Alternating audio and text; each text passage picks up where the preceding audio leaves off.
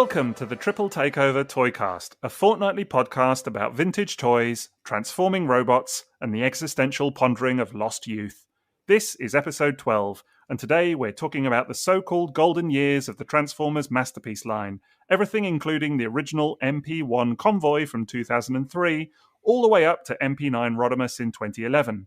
My name is Sixo, but more on that later, as with me today are my two rather delightful co-hosts. First up, we have our very own vintage masterpiece, whose golden years remain the stuff of legend. Pillows at the ready, folks. It's Maz from Transformers Square One. Ouch! You're right there, Maz. You okay? Oh, I guess I will be. Yeah, you'll recover, mate. Don't worry.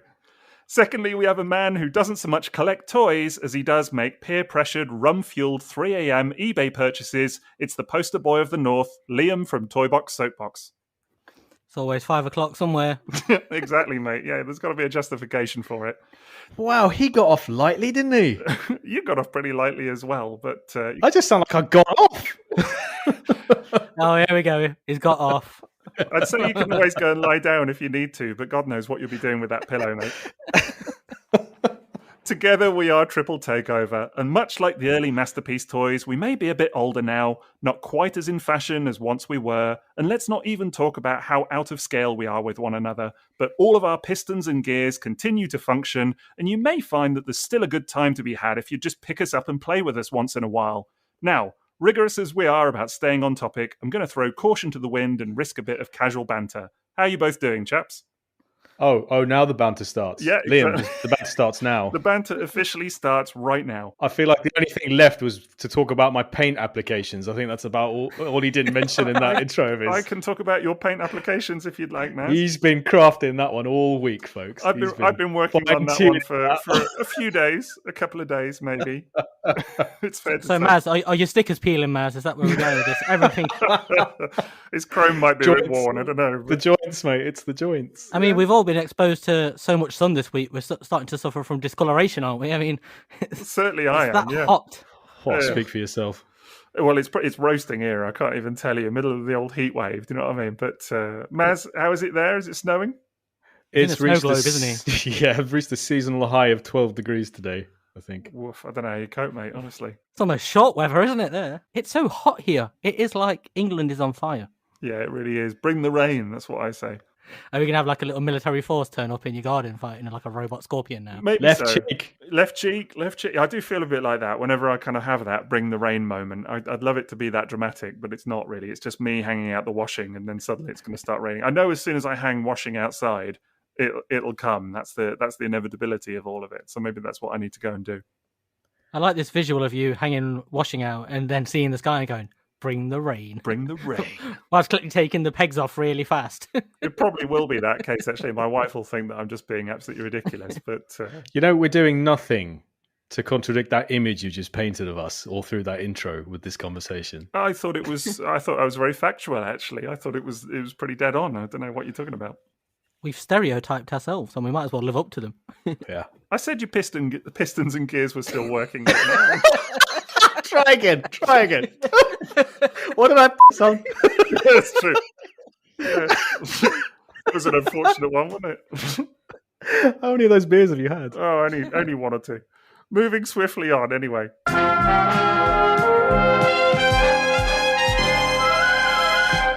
So we are, of course, gathered here today to talk about the Masterpiece line, which is everyone's favourite line, I'm assuming. It's the pinnacle of Transformers, isn't that right? I don't know. Opinions may vary on the subject. Maz is pulling a face already, but I'm sure we'll get to all of that. But we are, I mean, regardless of where Masterpiece is today and what a lot of people might think about as Masterpiece currently, it used to be in a very different place, of course, and look very different to what it does today. And so that's really what we're here to focus on. Not so much the kind of more modern toys or the more recent toys, but the stuff from, 18 years ago now, which is hard to believe. It was quite a long time ago. But just really to kind of go through some of those early releases and sort of, see what we make of them, I guess. So, I mean, both of you have collected Masterpiece at some point, right? Yes, absolutely. Since the beginning. Yeah, since the beginning. Not right as when it launched, but as soon as I saw one in hand, MP1, it was just like top of my wants list, I realized it was actually what you just described, jokingly, like the pinnacle of Transformers. That's actually how it felt when It did. when MP1 to MP3 were coming out. That's legitimately how I felt about that line. I was just going to say, it is the definition of that sort of idea, isn't it? When you see a toy and you go, this can never be bettered. That's what it looked like the first time you saw it. You were like, that's it, the perfect realization of cartoon Optimus Prime. That's just what it looked like to your eyes. Yeah, I really agree with that. Actually, I really think that's true, and it's interesting because I know we do joke about it now, and the Masterpiece line has sort of become something else, and that's kind of a whole other topic. But yeah, I remember seeing MP1 or 20th anniversary Prime, I guess it would have been, and just being absolutely blown away that this thing was just like as you said, the absolute pinnacle of engineering almost in my mind. It was just incredible. Yeah, I mean, I realized that when it was, when it was shown at was it Wonderfest? It may not have been Wonderfest. I think it was, or a Tokyo Toy Show, wherever it was premiered alongside Binaltech Smokescreen. It was Binaltech that got my attention, and that's the direction I went until I saw MP1 in hand. And I think I mentioned it on a previous episode when I was shown that you could stamp it on a surface and the vents would open. That was actually the gimmick that sold me on him. And it did feel like it couldn't be bettered, and nothing could look more like Optimus while being a fun transforming toy and made of the best materials. And I wonder if it's one of those things where you look back on old photos and you say to yourself, no, my kid was never that chubby. I don't have a really chubby kid. And then you look at photos from 2 years ago, it's like, that's a really chubby kid. And then you look at photos even further back, it's like, wow, that's a really chubby kid. So MP1 is the chubby kid, because at the time it just felt like it was aesthetic perfection. I know. I can identify with some of that. As obviously looking back at old photos of my son, sometimes, I do know what you mean with that. But yeah, I do know what you mean in regards to MP1 as well. In that, at the time, it really felt like it was hard to imagine a Transformers toy ever being better than that, really. Certainly an Optimus Prime design. And yet we've had two more masterpiece attempts at Optimus Prime. You've got Generations versions and whatever else coming out the woodwork as well. So it's not like we're exactly starved of Optimus Prime designs now, and it's been done so many different ways. But I guess at the time as well, we'd not really had a toy like that before. I mean, we'd had the G1 figure, but there was really nothing, was there, certainly to my mind, that rivaled it at the time back in 2003. No, I mean, what else was coming out in 2003 other than reissues, Binaltech, Armada, and the line that came after Armada in the trilogy and the Beast era stuff before it? Well, I mean, if you talk about car robots, it wasn't the G1 Prime, but it was an extremely accomplished Prime. Yeah. But yeah, something like this, like purely collector aimed, with so much nostalgia and meant to look like G1 Prime, but the most modern version of it that could exist technology-wise. No, we definitely hadn't had anything like that. It was the first time, wasn't it, that anyone had really tried that in a transforming toy? Because we'd had those like sort of non-transforming Optimus Primes, but even those were still really new, weren't they? It was really groundbreaking. I don't think people sort of appreciate that when they look at MP01 now, like how groundbreaking that moment, seeing those prototypes for the very first time was, because there'd never been anything like it ever.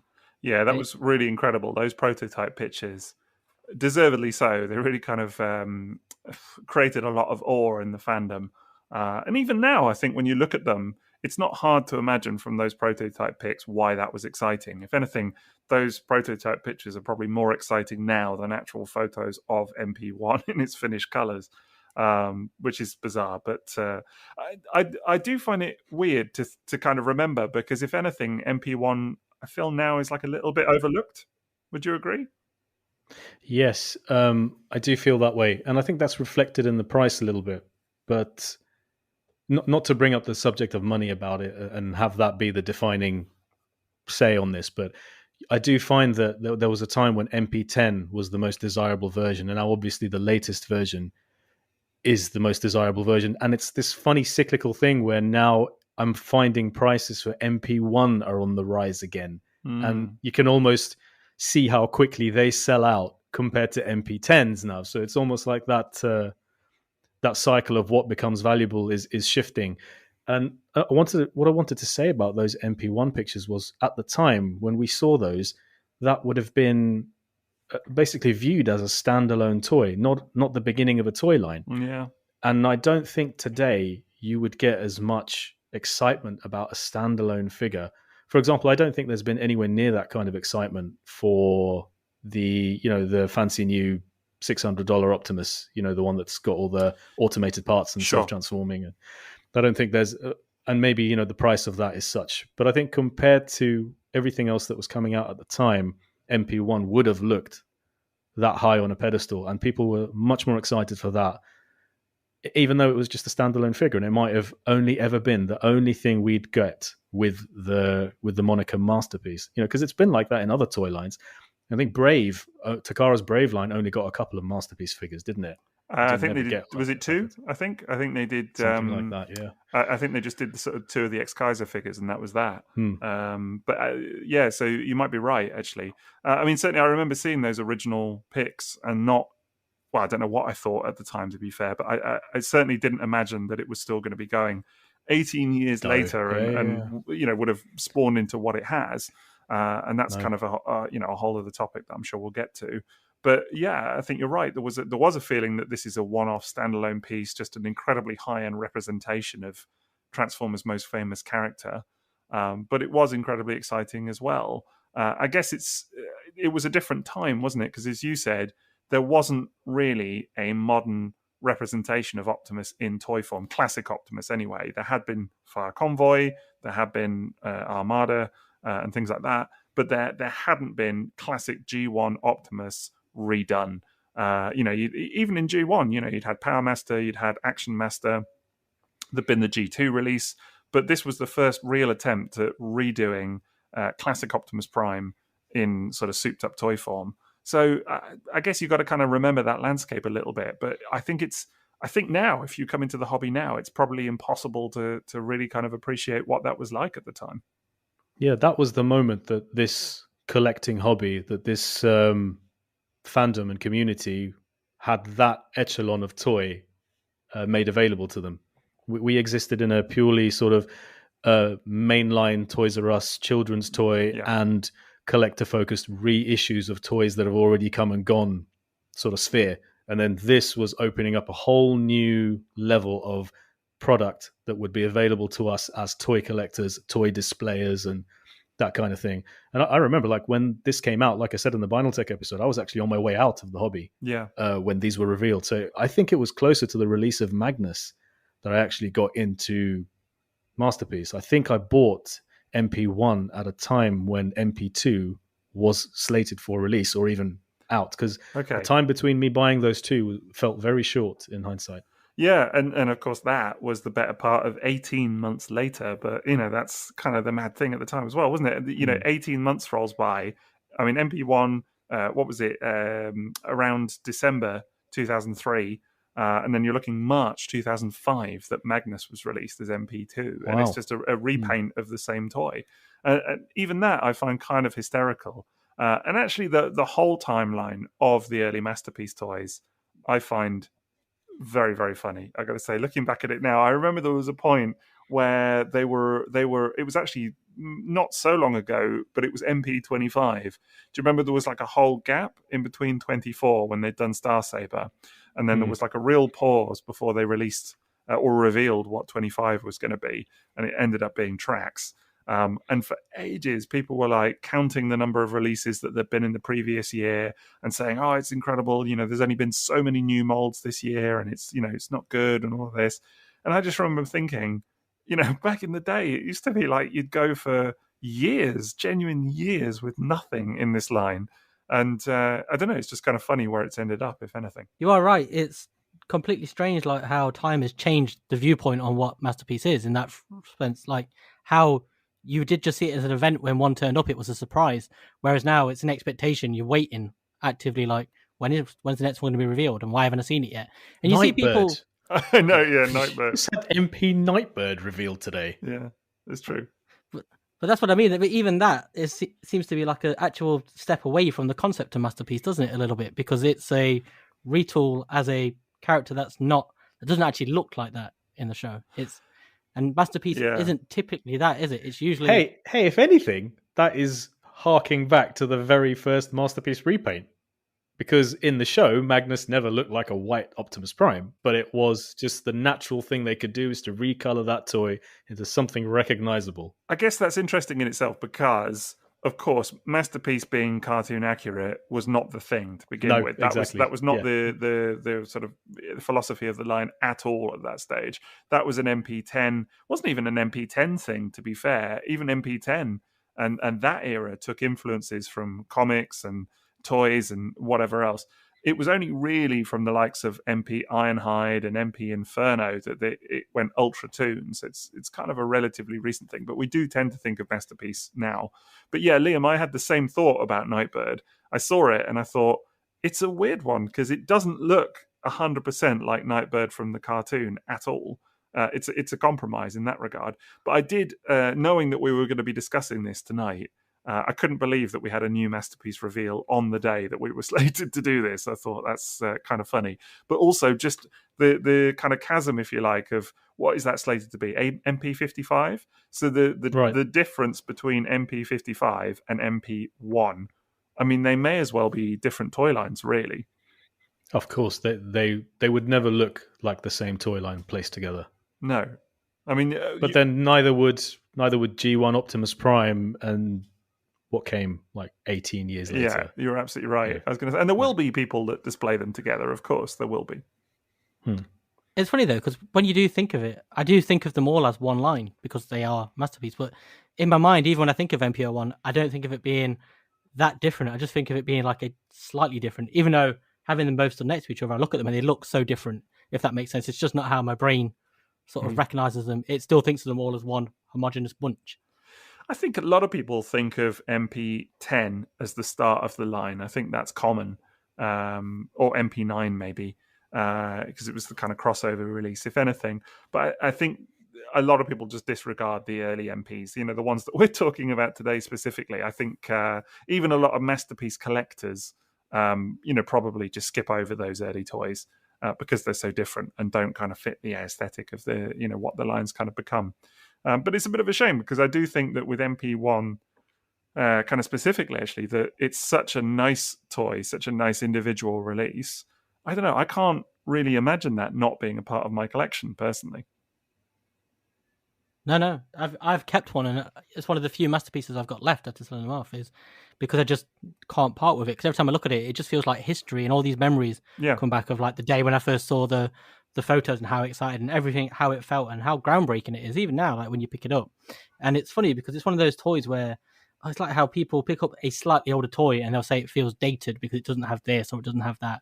And it's like, but it doesn't need that, and it didn't need it then, and it's still something that's so spectacular to behold on its own, in its own right. So which version do you have, Liam? I have the, is it the 20th anniversary Hasbro one? Yeah. Which was apparently in movie colours, but it's not in movie colours at all, unless Optimus Prime had a blue gun I never recognised. What, do you have the one with the battle damage, or do you have the later one with the stand and everything? The one with the stand with the terrible voice where the guy is doing the worst interpretation of Optimus ever. They might as well have just got some like Scottish bloke doing it. And be like, hey. It's hilarious. I kind of feel I've got that stand. I kind of feel the need to dig it out now and have a little listen to it, because honestly, I think if people haven't heard that stand, someone had told me how bad it was, and then it wasn't until I got it. A friend of ours gave it to me, and I was just blown away by how bad it is. It's the corniest American accent you can hear as well. Like, it's like you could imagine Peter Cullen doing this voice when he's at a bar somewhere trying to pick up a girl or something. He's like, I've got Megatron in my sights. That's how he talks. It's got that kind of strange, over-the-top, like, terrible accent. Everything's like one-shot stand. It's like he's on some sort of dating program. It's so bad. I kind of feel like that's Liam cast in the next computer-animated Optimus Prime cartoon or whatever now. I feel that's my Netflix audition. Yeah, exactly. They'll be calling you now. That'll be it. So, but yeah, no. I'll do. One shall stand. Yeah, right.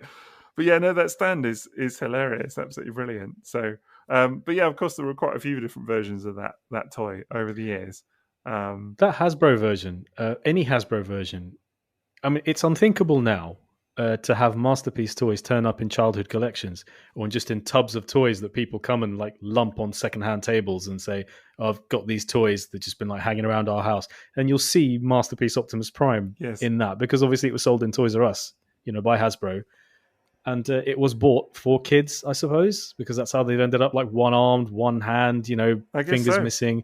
You just wouldn't expect to see that with something today, like an eBay lot of used toys, mainline toys, Generations figures, and then a Masterpiece RC missing a leg or something. Just you wouldn't expect to see that today. But back then, can you just imagine though how disappointed so many of those kids must have been to get that toy? Because one, like, it's not really their Optimus Prime anyway, but at the same time, it's so complicated for very young children. And I imagine at that point, like, there would have been a lot of parents buying it, thinking this is just like my Optimus Prime I had as a kid, and buying it for their children, who then would have had no idea what they're trying to do with this complex 500 step. Mate, that reminds me of a memory that flashed back just to me this week after getting this Superfire Convoy. I remember I was looking on Gumtree for Transformers, secondhand Transformers in the UK, and there was an RID Optimus Prime just scattered, and it was some bloke saying, bought this for my son, selling it now, neither me nor my brother can put it back together again. What you see is what you get. Wow. So there was even an element of that with mainline Transformers that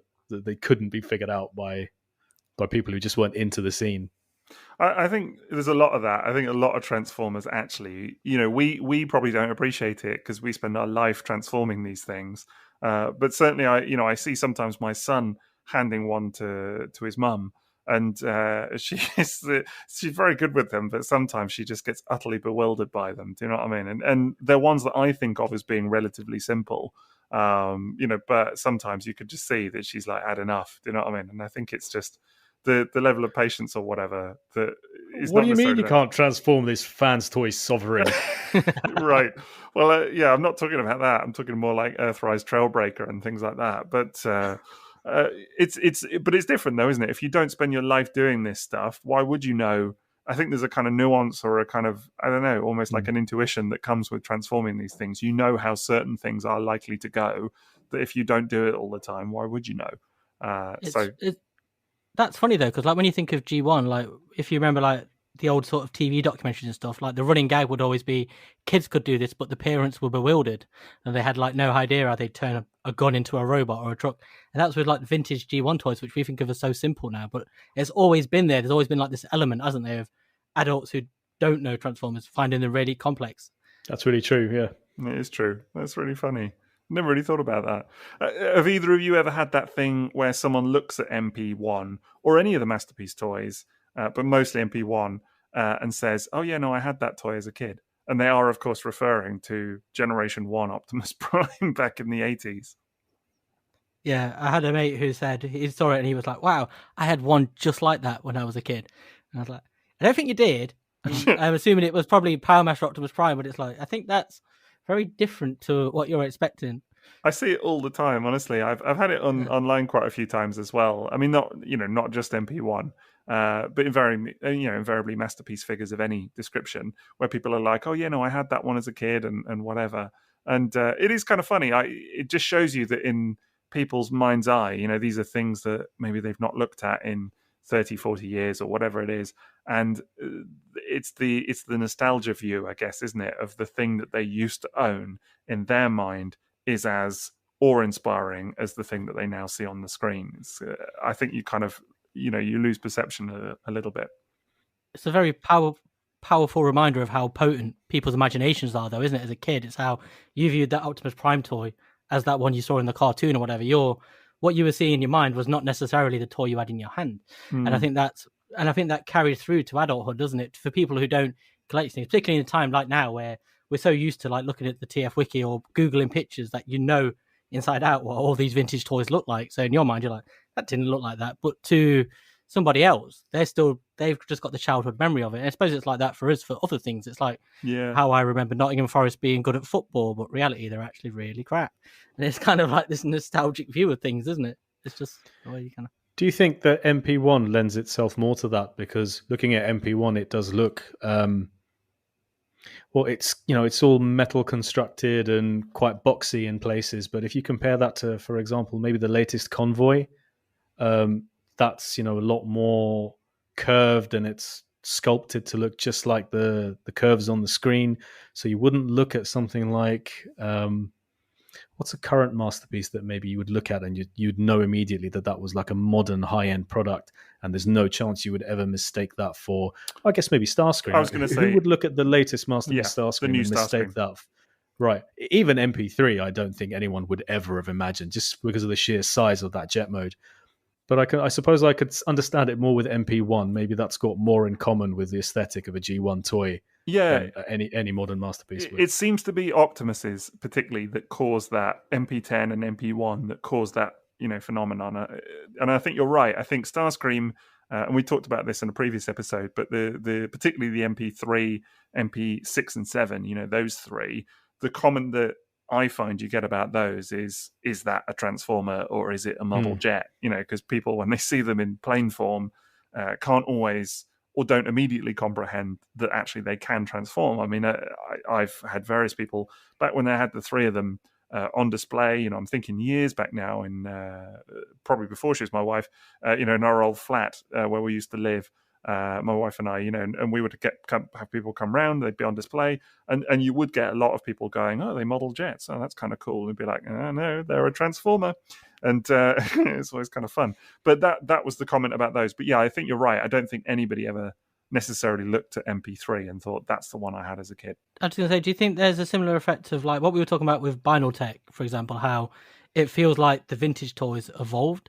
And I think there's a lot of that in MP1 from G1 Optimus Prime, whereas you look at it where it's got all the pistons and stuff, and it feels like that's what you would have had like in a G1 Optimus, not like in the actual toy, but as it got older, if that makes sense, like an evolution from it. There's so many elements like die-cast, chrome, all these things carry over, and it feels very much like one adult would make instead of a G1 Optimus, if that makes sense, rather than a child's toy.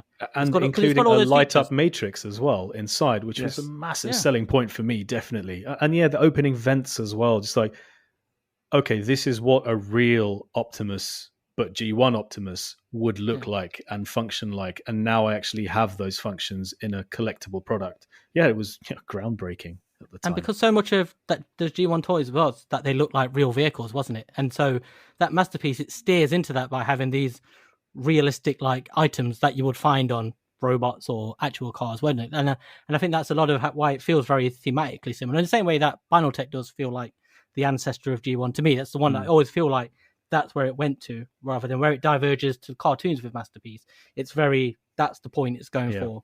Whereas I always felt like the original ones felt like the toys but evolved. Oh, not like MP3 as such, but I just felt that with the MP01 really specifically.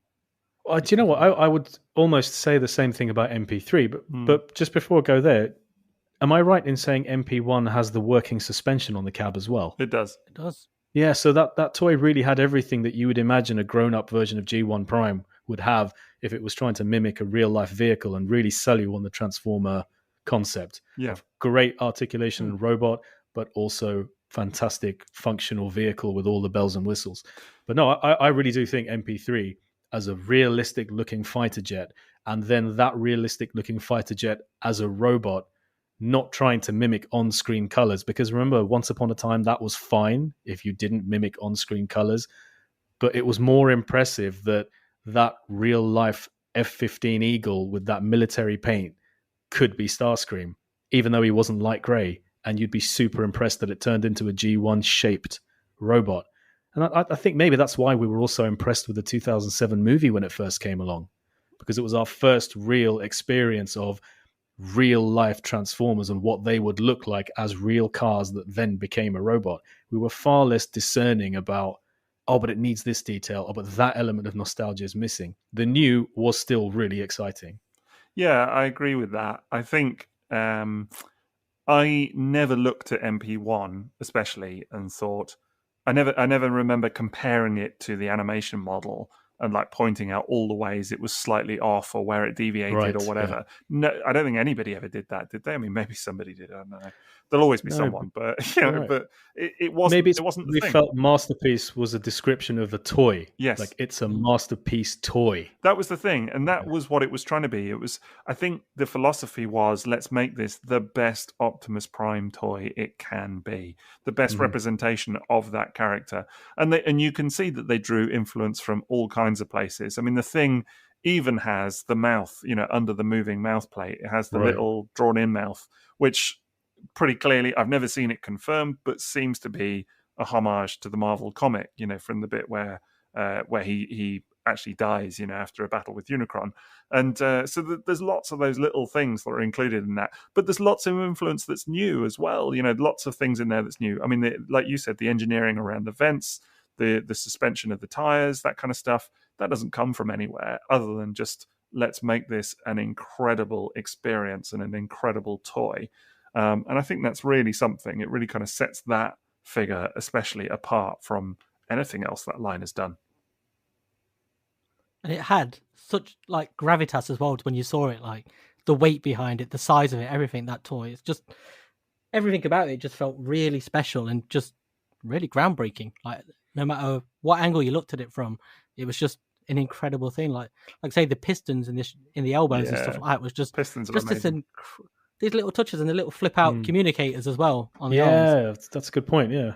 But they're not even gimmicks that you notice like half the time. Like, I forget they're there because they're so cleanly hidden in the arms and stuff, and it's just everything like everything felt so neat in that toy as well. Yeah. Just the Matrix chamber, I remember, really impressed me. Just even how that thing transformed with the truck cab, and then it was the light up gimmick on his shoulder. Yes. I love just displaying him holding the windows of the cab open with the Matrix displayed. I just really enjoyed that, and nice removable, great looking Matrix was a nice thing to have at the time as well.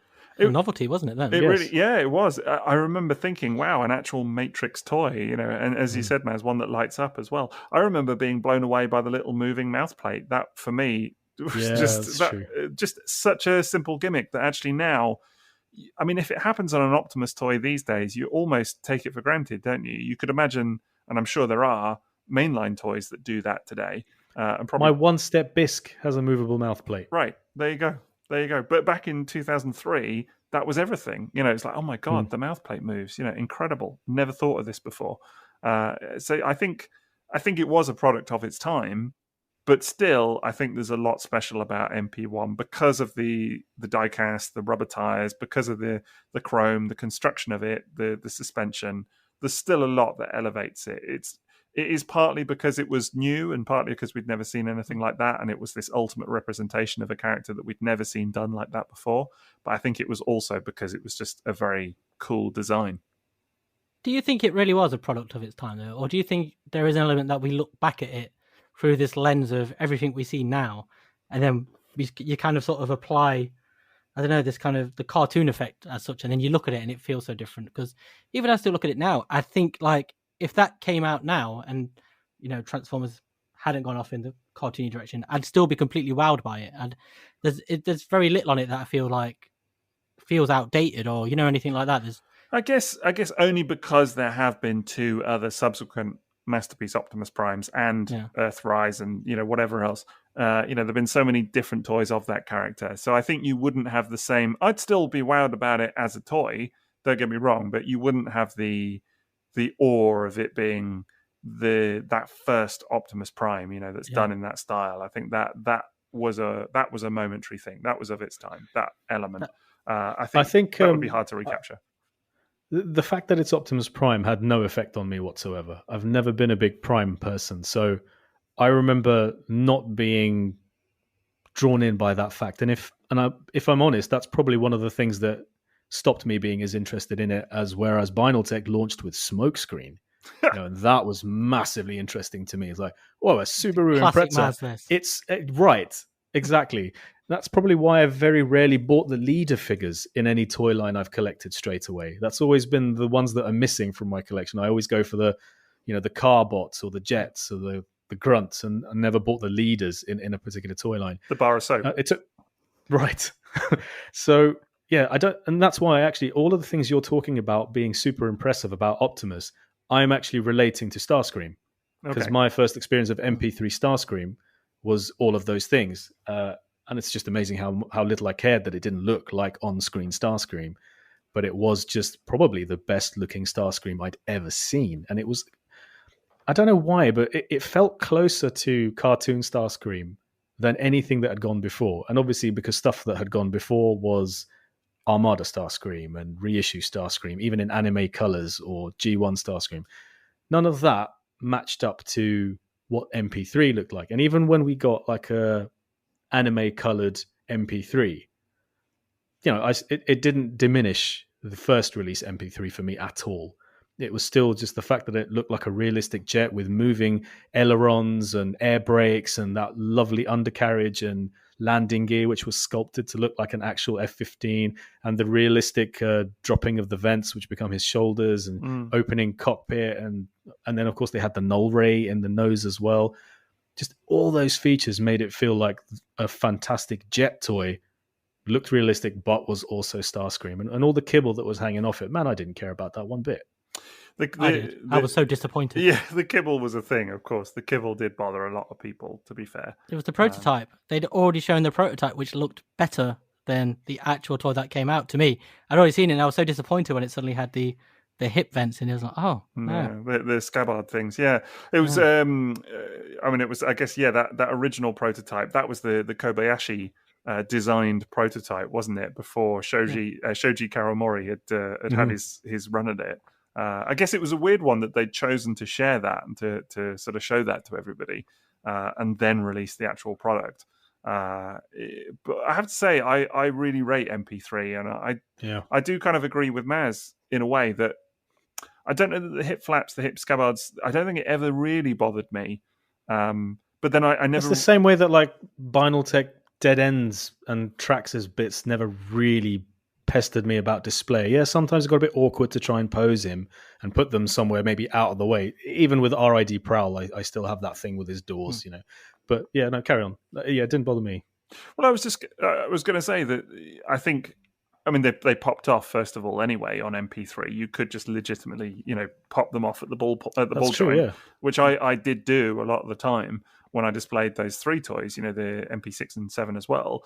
I would often just pop those bits off and jobs are good. And then actually they were, for my money anyway, a very cartoony looking great representation of those characters. I mean, I don't think at the time, again, I wasn't like holding them up versus the animation model. I wasn't like looking at all the different things that made them inaccurate in any way. It was just great to have those characters on the shelf looking as good as they did.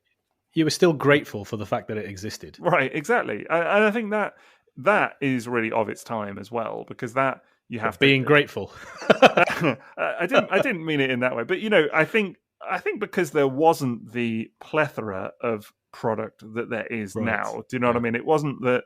I mean, now we're in a world where Masterpiece is not everybody's favorite representation of some of these characters. But I'm not saying that it would have been at the time necessarily, but certainly, when you're looking at MP1, what's your choice? If you want a G1 style Optimus Prime, you're talking MP1 at the time, or the literal 1984 toy. That was your choices of those. Maybe the Action Master or whatever, but even then, it different colors. So realistically, MP1. That was the Metal Force Optimus Prime at the time. Do you remember? Do you remember Metal Force Optimus Prime? Just the statue that it was an official product, but it was non-transforming. Vaguely. That was a very popular toy at the time. That was a lot of people's choice for a display, like a grown-up display Optimus. It's so funny to talk about grown-up displays. It's so funny, but I do know what you mean. Yeah, there were like the non-transforming ones though as well, wasn't there? Were they Super Mega SCF, something like that? And do you remember those? Yeah, the larger PVCs. Yeah, they had all the articulation and little accessories and stuff. Right, correct. That's around the same time, isn't it? Because you had those and stuff. Yeah, it would have been about this time. That's right.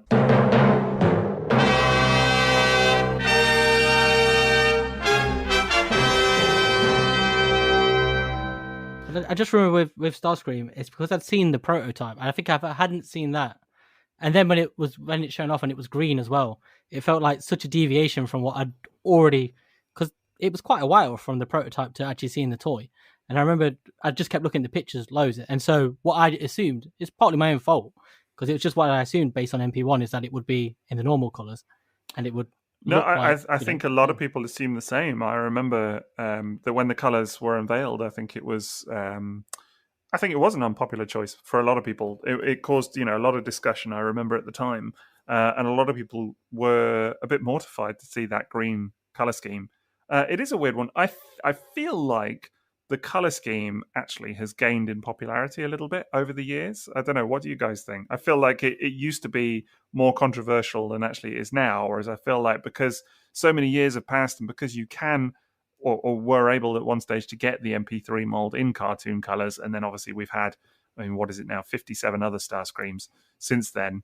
I feel like that controversy probably seems a bit silly in context, but at the time it was a big deal. But I feel like actually the green screen idea is now, if anything, I look at it and it's a bit more popular than it used to be. I don't know. Definitely. Yeah, I think so. If you imagine the general state of displeasure when that's your only choice, there's not that disappointment now. I'd actually love to know what it would feel like to own a green screen again, MP3. That's probably something I'd be more likely to go for. I've been kind of offhand looking at MP4 as well. Okay. It's something I never experienced because I never had the original trailer. And collecting vinyl tech again, that's what would be in scale with it. So I actually think it would be really fun for me to go and experience the MP1, MP4 mold again, and MP3 simply because of what it is and just what that achieved. And I think you would love MP3 again. I know you've had it previously, but you would love to have it again, I think. And I'm not just saying that to be like, haha, enablement. But no, I totally think so. It's crossed my mind as well. Yeah. I had it until recently, actually. Only recently sold mine. And it was a hard one to let go of because I did really love it. And actually, in a funny way, the fact that it was green, the fact that it wasn't cartoon colors, made it more unique for me. It made me kind of want to hang on to it a little bit more, if anything, just because it really kind of made it of its time. I don't know. It really felt like, what was it, September 2006? It felt like that's that product, from that time. It almost kind of gave it a timestamp. In a way that, Smokescreen being a Subaru or any of these things, they are of their time. I don't see any, it's a shame, you don't see that green color scheme now ever being referenced or given a nod in toy form ever since. So it kind of makes it more unique in my view. Now we're so used to variants and recolors as well, so stuff like that's interesting. But it's like Maz was saying, like at the time when that's your only option, it's really disappointing because it's not what you wanted. And back then you weren't seeing that many recolors of Masterpiece, were you? I don't think we did. For some people, yeah. I can tell you, when I unboxed that thing for the first time at BotCon 2006, when I just got to my hotel room in Lexington, Kentucky, and I bought that off Tony Prito, Tempting Toys, and I unboxed it, I thought, that is remarkable. And I remember I didn't spend much time with it because it was a case of getting it in the luggage and then going and experiencing BotCon for the first time. But I remember, no matter what else I bought at BotCon, by the time I'd gotten back home to the UK, unboxing that MP3 again was the most exciting thing for me. I was looking forward to that the most. There was never any disappointment for me attached to getting MP3. I absolutely adored it. I never felt the need to get the Skywarp or the Thundercracker, but MP3 was fantastic. I displayed it for years. Well, I think all of those early Masterpiece toys were events, weren't they? They were absolute for sure, events. yeah, I remember the level of excitement. I mean, even going into stuff like Grimlock and Rodimus and all of that, even Megatron, which we'll get to shortly. But all of these felt like super big events for me, and just so thrilling to kind of see. So yeah, no, I completely believe that. I think there were people for sure that nitpicked the color and all of that. What about the size of it? Because, of course, it was a very different scale to MP1. Did that bother you at all, M.A.S.? Never. I loved how big the jet was. I mean, that was terrific. I don't think I needed the jet to be any bigger than that. And then there was this oversized third-party version of the MP3 mold, right?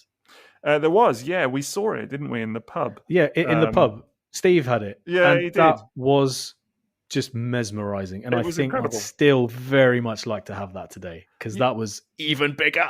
No, I love the scale of MP3, but imagined it bigger I wouldn't have wanted it bigger for Mainline. And having seen that oversized third-party version, I don't think it would have worked. It was mad, wasn't it? I mean, what's the original is 160 scale, and I don't know what the KO is or whatever. I'm sure it's not. No one's really worked it out, but it was. I remember it being an incredible thing. And it was in the green colors and everything as well. That was interesting, certainly. I remember that was a bit of a showstopper in the old pub, as it was. Yeah. But yeah, no, I remember, though, that there was quite a bit of controversy about Starscream being so little versus MP1. because of course it felt, well, I don't know why anybody expected different, really. I guess people expected that it was going to be the same height or that it was going to scale in some way. But actually, do you think people were still thinking in terms of toy line at that point? Do you think it well, was? Yeah, because they were 3 years apart. Well, I saw it just as that's the best that Prime can be. Right. That's the best that Starscream can be, and it just. I don't think I ever sort of looked at them side by side. I don't think everybody looked at it that way. I think that I guess what I was going to say was that it's interesting because actually MP1 and MP2 are the same mold. Then you get MP3 Starscream. So this is the second new mold in the line, if indeed you call it a line. You know, we're almost 3 years in at this point, and we're just getting the second new mold. So it's, I mean, the pace of all of this is just incredible by today's standards. But what precedent was there that it was going to scale? None. So actually, the expectation was zero around that, I guess. But still, I know that there were people that were disappointed that it didn't. Had we even had anything to that point in Transformers that had legitimately scaled to the point that this had to live up to that sort of, standard? It's a good question. I guess the first toys that you could say legitimately scaled with one another was probably Vinyl Tech, but only because they all fit. Yeah, because they had same... the assigned scale. Yeah, that's probably the only, or certainly the first toys that you could say, yes, this scales with that. Because in G1, it was just happenstance, really, wasn't it? Like sometimes you would get two toys and they might look about the right size next to one another, like Prime and some of the Carbots, for example. But I don't know, would you rate that, for example, from Diaclone? I don't know if they're not really worked to a particular scale, are they? I suppose they are to some degree, because you've got the pilots that have to fit in the cockpits of the cars and then the jets. But, to some degree, right. Yeah, like if you look at the Diaclone pilot takes up the entire cockpit of an F-15 Eagle in Diaclone. It doesn't really, though, does it? Like a real person does not take up the entire cockpit of an F-15. So to that... Well, no, not really. I wouldn't have said it was scaled. Yeah, certainly the F-15s in G1 were not to scale with the cars and all of that, for sure. No, definitely not. But equally, I think F-15s is a really funny one anyway, because the notion of an F-15 that scales with a car is just, I mean, how ridiculous is that, actually? And I think we as collectors, we as fans often lose all relative real-world... knowledge of what this stuff would actually look like if it was in actual vehicle mode scale. It would be incredible. Do you know what I mean? Just the size of the toy. Just even having a Megatron Masterpiece accessory that can be held in the hands of a Masterpiece toy is not the correct scale. A Masterpiece that fits in the hand of a proper full-size Transformer, it's not going to be held by a person, is it? No. Absolutely not. So yeah, I don't know. It's a funny one with Starscream. I know it caused lots of controversy about being a smaller scale. I guess what's weird is that actually Starscream, if anything, was the first toy to fit the MP10 scale, wasn't it? Because if that kind of has become the size that they've all been from there, or not all of them, because of course then we've had Megatron in the larger as well. But everything from MP9 is supposed to fit a set scale, but actually, if anything, MP3 was already in that scale, would you say? Yeah, I guess that's fair, because MP11 scales with him very well, doesn't it? Yeah, they're the same and that's size. Supposed to be in the same scale universe as MP10 onwards, even though that's kind of, its own thing. I just wanted to mention, because we're talking about this Megatron gun, how cool was it that the Ultra Magnus came with a Microman coloured Megatron gun? Yeah, that was cool. It's the kind of thing actually now that I think you would get now and you would be impressed by, but not amazed by. It's the kind of, it's the niche nods that are all too common, if anything, in today's version of Transformers Toyline, because so many of the people that are designing those toys now, grew up with that stuff and have that reverence for it and whatever. But yeah, back then it was really unheard of, that kind of thing. So I did want to mention Magnus actually and just kind of talk about him. Have either of you ever owned the Magnus repaint? I did, yeah. I did. It was a no-brainer for me once I had the convoy. Yeah. Was to get the Magnus, and it was gorgeous. Totally its own thing for me, even though it was just exactly the same mold. I kind of feel like actually I prefer Magnus actually to MP1 in some ways. Like I love that Magnus toy, MP2. I think it's often overlooked And because people even forget, I've heard people being like, hang on, MP1 was Optimus, MP3 was Starscream, what was MP2? Just because it had its own number.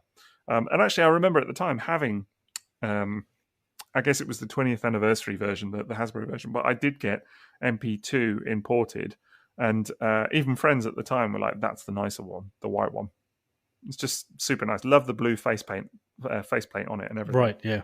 And of course, the cardboard trailers that came with both that and MP1. Did you ever assemble those? I didn't actually. No. I never did.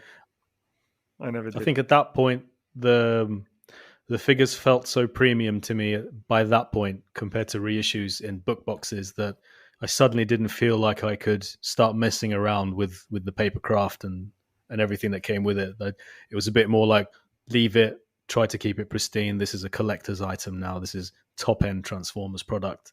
Let's try to be adult about this now. Right. You're already assembling your cardboard trailer. Would you do it now if you got those toys now? Oh, God, yeah. Absolutely. Brilliant. You'd love it. Absolutely love it now, wouldn't you? Little cardboard trailer. Do a bunch of photos as well. I'd probably, I don't know, I still have... Takara MP2 Ultra Magnus cardboard trailer. Yeah, I'd do that on Twitter, definitely.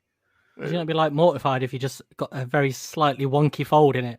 It's like ruining the toy for you. Yeah, you can just see that, can't you? Oh, has anyone got a mint one I can buy? Yeah, absolutely. That'd be me. I actually, thinking about it, I must still have that cardboard Magnus trailer in the box. Just sitting there, never used. Maybe I should get it out and give it. Well, I mean, it is the box, isn't it? It is like the insert. Yeah, it's tray, isn't it? It's the tray essentially. It's like an insert tray, and then you've got another tray inside that, obviously to kind of hold the toy, clamshell or whatever. But yeah, it's kind of like a folded thing just inside the lining of the box. Which I think at the time I never really even kind of bothered with what is this. I never really kind of looked at it and thought, oh, I need to do something with that. It was just kind of part of the box or whatever. But yeah, no, big fan of MP2. Big fan of it. So I was just thinking, it was such an easy pass for me. I don't know. What, MP2? Yeah, I mean, it was one of those where I thought it was really pretty, but at that point I was quite happy with just having one version of the mold. It was never. I can totally see that. Yeah. I can imagine a lot of people felt the same way. I never saw it as a line to collect as such. And the Optimus Prime felt like such an event. It's like I must have that. And then when I saw Magnus, I was like, wow, that looks beautiful, but I have no desire to own it or anything like that. There was no need then. So I've never ever owned it. I've always looked at it and gone, it's pretty, but never felt an urge to buy it. It yellows a little bit. I think it's one of those that is it's a white toy, isn't it? So it's going to over time. But I do see some of them occasionally because mine is not pristine. Mine is in very nice condition, I would say, but it's not 100% pristine. But it's one of those that I've looked at other listings for it over the years, and you want to kind of make sure that you know what you're getting, I guess. But I have seen people try and kit bash or mold a Magnus armor round it as well. I remember photos at the time. It kind of looked a bit janky, but it felt exciting. I was like, is someone going to make this into a proper Ultra Magnus? I remember being super excited. Very different era. Yeah, it did look a little bit janky and whatever, but still, fair play to those people for having a go, because it was exciting. It was just fun to see, someone's actually going to do it, make an armor for this thing. And that carried on into the classics, didn't it? When they did the classics Ultra Magnus, that was where the third party really came to life, was with the trailer for the City White Commander. Magnus. Yeah, it was that fans project. That's really I think there was third party stuff before, but that's really where it took off, wasn't it? Was that toy? Well, wasn't the first FansToys product a trailer for MP1? It was. It was. There were a couple of them actually. There were a couple of them. It's a sound wave. There was a Just a Toys one for MP1. Yeah, that's right. That's the one I saw in most collections. Yeah. Yeah, I had that one. That was, I think, out before the FansToys trailer. Definitely. I presume the FansToys one got released. I'm guessing. Do you know what I mean? They've always sort of said that it was FT1 or whatever. But yeah, I never seen it in hand. But I think it did look quite nice, actually, the FansToys one from pictures I've seen way back when or whatever. But yes, that was the very first FansToys product. It all started so innocently, didn't it? With just the occasional little add-on kit or whatever, and improving official toys. Wasn't it? Exactly. An accessory here, complimenting, right? Not kind of completely doing your own line and supplanting them. Yeah. Look at them now. They're making bloody Fortress Maximus. Do you know what I mean? Like in scale with the whole thing. It's just absolutely ridiculous. And Omega Supreme and all of that. And yeah. So if they can do him in scale, why can't Takara do Megatron in scale? Yeah. Try harder. They're just not trying. That's what it is. Yeah, it's the trying, isn't it? It's the trying. It's the trying. Yeah. Speaking of Megatron, though, do you remember when Hasbro released the Legends class Megatron and Reveal the Shield, and it was designed to be compatible with MP3, wasn't it? Yeah, that's right. So it's funny now how. Hang on here. I'm going to have to stop you there with your MP03 and your MP01. There was no O, right? Look, it sounds better. We didn't get an O until MP10, right? Wait, and even then, the O was on the wrong side. Wait, you mean there's no O in the first 9 masterpieces? There's no O in the first 9 masterpieces. Wow. Still sounds better. Oh. Next we'll be finding out that pteranodons aren't dinosaurs or something. Yeah, I know. Absolutely. Apparently they're not birds either. They're just wind-enabled creatures. That's what they are. Yeah, exactly. Winged things.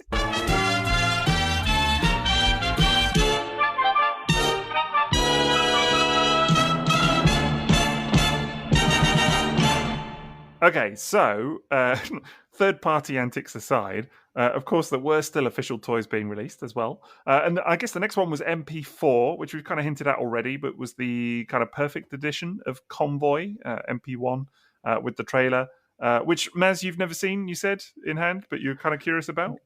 The only experience I had of MP4 was being at Memorabilia in Birmingham with the Space Bridge. And I don't think he was the only dealer there who had them. There were just stacks of them. Nobody was interested at all. Right. Nobody was buying them. They were just shelf warming, table warming. And I think it's one of those where somewhere down the line, people realized that they wanted a complete line and went back and they were just scarce and the value has just gone up from there. Yeah. And am I right in thinking that around this time we would have had classics?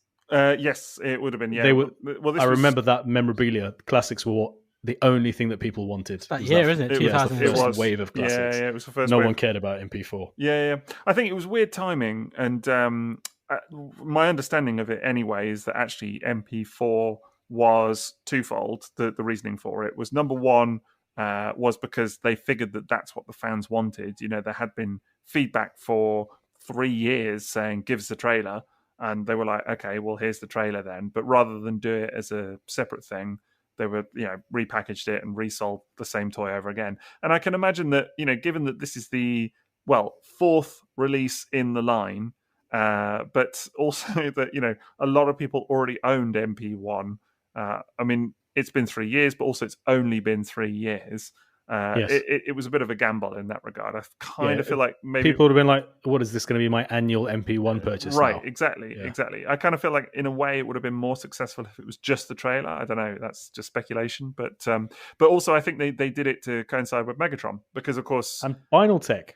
And Vinyl Tech, you're quite right. And Vinyl Tech, of course, yeah. But Vinyl Tech was already a thing at that stage and had been for a good long while. But Megatron, of course, came in 2007 March. So I feel like the trailer was very much a preamble to that. It was designed by the same person, of course. It was designed by Hisashi Yuki, who did the trailer and Megatron sort of pretty much at the same time. But and of course, there's the old fact about Megatron, isn't it? Does anybody remember how many days he took to design it? You heard this? 2 weeks, wasn't it? That's it. Was it not 2 weeks? It was 12 days, apparently. 12 days specifically that he had. 12 days of Megatron. Yeah, 12 days to design that toy, MP5. From 12 days to transform that toy. Well, that's the irony, isn't it? Is that actually transforming it, it's one of, I think even today, probably the most complicated Transformers of all time.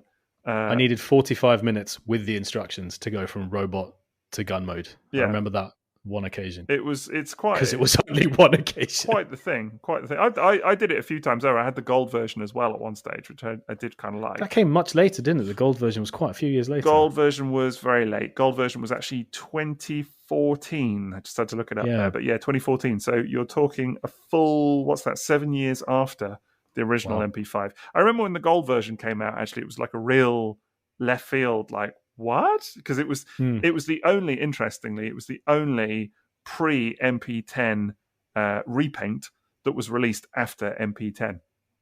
If that actually, Amazing. well, I tell a lie. Actually, no, there was Black Rodimus as well. Was released after, but it was released pretty much at the same time as MP10 Black Rodimus.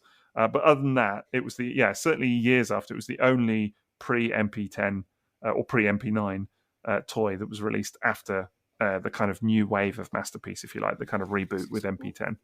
When did we get the final MP01? Because there was like a final edition, wasn't there? Was that yeah, there I was. always thought that was around. There he goes with the O again. Yeah. The final MP. There was never an MP01, so there was a final one. MP1L. It's because I'm so wild. It's like MP01. Fantastic. It's MP01. Yeah. So MP1, because there was a final edition, wasn't there? There was. They did There was MP1L Convoy Last Production, which was 2011.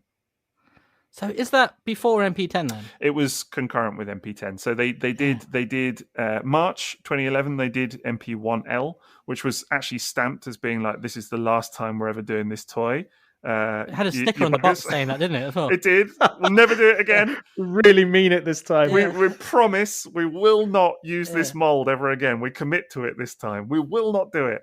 And then they did MP10, and it was funny because they released MP1L and kind of unveiled it before they dropped the design. I think before they unveiled MP10, and I think it was a lot of people kind of had an inkling of like, okay, so there's going to be a new Convoy toy on the way. Do you know what I mean? Like, if they're going to commit to never using this mold again, it probably means that there will be another one. And there had been as well. We're skipping ahead a little bit now, but Sleep Mode actually came earlier. That was 2010. But there had then, with Rodimus, of course, there had been the tease of what the new toy was going to be, what MP10 was going to be. Do you remember this? Is that what the stand would say? Yeah. So the stand with Rodimus, which you had to send away for with robot points, it was all very complicated. You could get the robot points from previous Masterpiece releases and other toys, send away, get the 2010 stand, and it was like 2010 robot points as well. And the stand revealed that the next toy was going to be Optimus again. So it was Liam. Do you remember that guy I talked about who bought his Rodimus stand? Do you know that guy actually paid for his house? There's a plaque in his house dedicated to right. That's how much it He's got a brick with his name on it. Bless that guy. Well, that's MP1, the brick, isn't it? But the brick's just painted like a plain white piece of cardboard. Could be a gold brick, and I could get the lucky draw MP1. That would be a nice thing. That's the one we haven't mentioned. Yeah, well, it did occur to me. That was actually the first repaint of MP1. That was pre-Magnus. Damn, didn't realise that. Yeah, that was 2004. So very often forgotten about, but it was actually the first, well, technically second ever Masterpiece toy, but first ever repaint. So yeah, Magnus was 2005, Lucky Draw 2004, apparently. Not that I've ever seen one. The only time I ever experienced that toy was 2007. It took that long for me to ever see one in hand, and that was exchanging hands at BotCon. Oh yeah, someone bought it? Yeah, for a price that I think today most Masterpiece collectors would seriously consider, because it's such a special item. It's more expensive than anything that's ever been in Masterpiece at retail, obviously. But as far as lucky draw items go, I mean, back then it was comparable to really rare Diaclone. Yeah. So people who were buying Diaclone would have quite happily said, "Well, okay, I'll buy that instead." But I think it's a lot more expensive these days, a lot rarer. You just don't see them. No, it's kind of off the table now, I guess, isn't it, really? As far as most people are concerned, it's kind of become one of those legendary items that, I mean, certainly, when I was thinking, let's complete Masterpiece or whatever, it was always the one that I was like, well, I'm never going to get that, but let's complete retail Masterpiece or whatever. So yeah, it always felt a little bit unattainable in a way.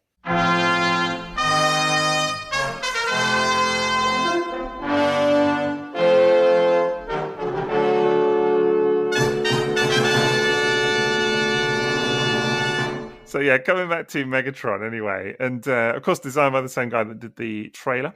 So he designed the Megatron in 12 days. He did the trailer in one night, apparently, the MP4 trailer, which I actually think is kind of hilarious.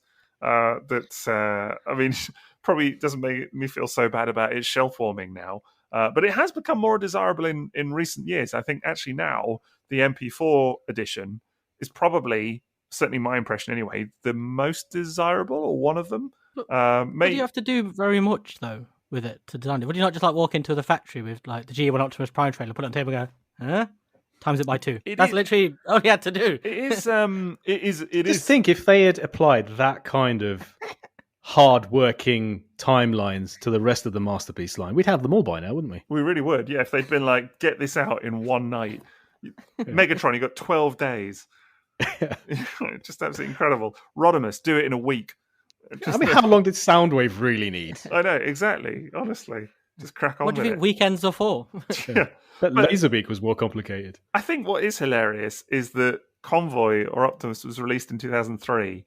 4 years later, Megatron is released, and then they give the bugger 12 days to do it. You know what I mean? Like, he probably had 4 years, mate, but he just left it to the last minute.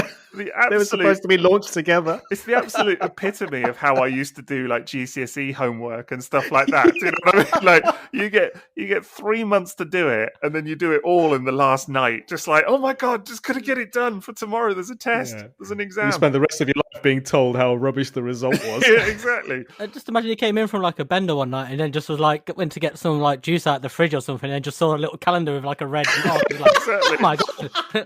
I forgot all about that. Yeah. Just gets an email one day. You've had 4 years. 4 years to design this toy. Your deadline's up in 12 days, mate. Where is it? Suddenly his like waking moments are like 24, like where you just see a little clock counting down, just like, and he's got like a little fusion can in his hand and a notepad, just scribbling it down. Under those circumstances, how impressive is MP-5 then? I actually think it's all right. Like I don't know. I have a tough time with MP-5. You know, the robot mode is a bit rubbish. Let's be honest. Like it's not great, but I still kind of love it for what it is, like in a funny way. But it still has major problems. The gun mode is fantastic. Yeah, well, not to glorify a gun mode, but yeah, it is. Well, yeah. I mean, I'm not a gun nut by any means, but it's a nice looking gun mode for sure. By any means, I like that, the qualification there. That was really good. Well, I don't really know much about guns, to be fair, but or any of that. But certainly for me, it's always been even more than MP-36. I would say it's a very nice gun mode. Yeah, it's just that robot mode as well. I just remember like you could almost see people's faces through the screen when it was first revealed. Like the amount of people were just very shocked by how it looked and sort of how, because it just looks so awkward, doesn't it? It just completely unrefined compared to like the rest of Masterpiece before it. I just felt there was a number of things on that toy that they got wrong that I was surprised that they got wrong. You know, like I was sure the head sculpt could have been better. The head sculpt was a bit janky. Yeah, let's be fair. It's not the best representation that we've ever seen. You know, even putting cartoon accuracy aside and all of that jazz, it just wasn't the kind of most glorious head sculpt that you've ever seen. I think that you can see that they started with the gun mode and then tried to work out how to get it into a robot. Clearly, 12 days was probably not enough lead time in terms of doing that. But yeah, it was problematic. And then, of course, it was plagued with a number of quite high-profile quality control errors as well. Cosmic rust. The old cosmic rust. That's right. Yeah, on the feet. Mine had it. That's probably like its most iconic. The most iconic thing about that toy is that QC feature. Like it always comes up as soon as that toy is mentioned. People talk about the rust on its feet. Yeah, it's a very commonly remembered, very unfortunate thing. But also, you know, loose joints as well. I mean, I think, you know, there was always a bit of give in the legs and the arms. It had real difficulty standing. The ankles would give way. It was just a bit of a mess, to be honest. I don't know. I still, in a funny way, have a bit of affection for it, just because of what it was, and it was still exciting to see a Masterpiece Megatron. But I don't know. It's the one for me now that is probably the most forgotten of the whole Masterpiece line. It's just like people just seemingly completely ignore that it even exists somehow. Would it be fair to call it the worst Masterpiece so far? I think so, personally. Yeah. For me, there's not even a question that it is. Do you know what I mean? I think it definitely is. I think the gun mode's great. It's a gun mode. It's oversized. But yeah, I don't see how it could be anything else, personally. it's one of the few where you wouldn't say even it's like a question of being a different aesthetic that you just, some people will love and others won't. It's just one where you can really see how little time he had to do it and how that impacted the look of the toy, because it just looks so awkward. Is probably the politest way you could say it. Yeah. But at the same time, I'd never want to be, oh, well, it should have been like the foot should have gone there or that. I just don't want to get on board with this armchair engineer stuff. No. Because you don't really know what the circumstances were behind the design of that toy, what the maybe budgetary restrictions were, the time restraints, we've joked about it, and why they needed to get it out that way and why those decisions were made. There's always reasons. But yeah, I guess just one to be forgotten, I guess. But, it's a nice novel release, I have to admit. It's like I've been occasionally fascinated by it, and I nearly bought the gold one just to be able to experience the mold once as the owner. I only transformed MP-5 once, but it was my friend's MP-5. I never owned it.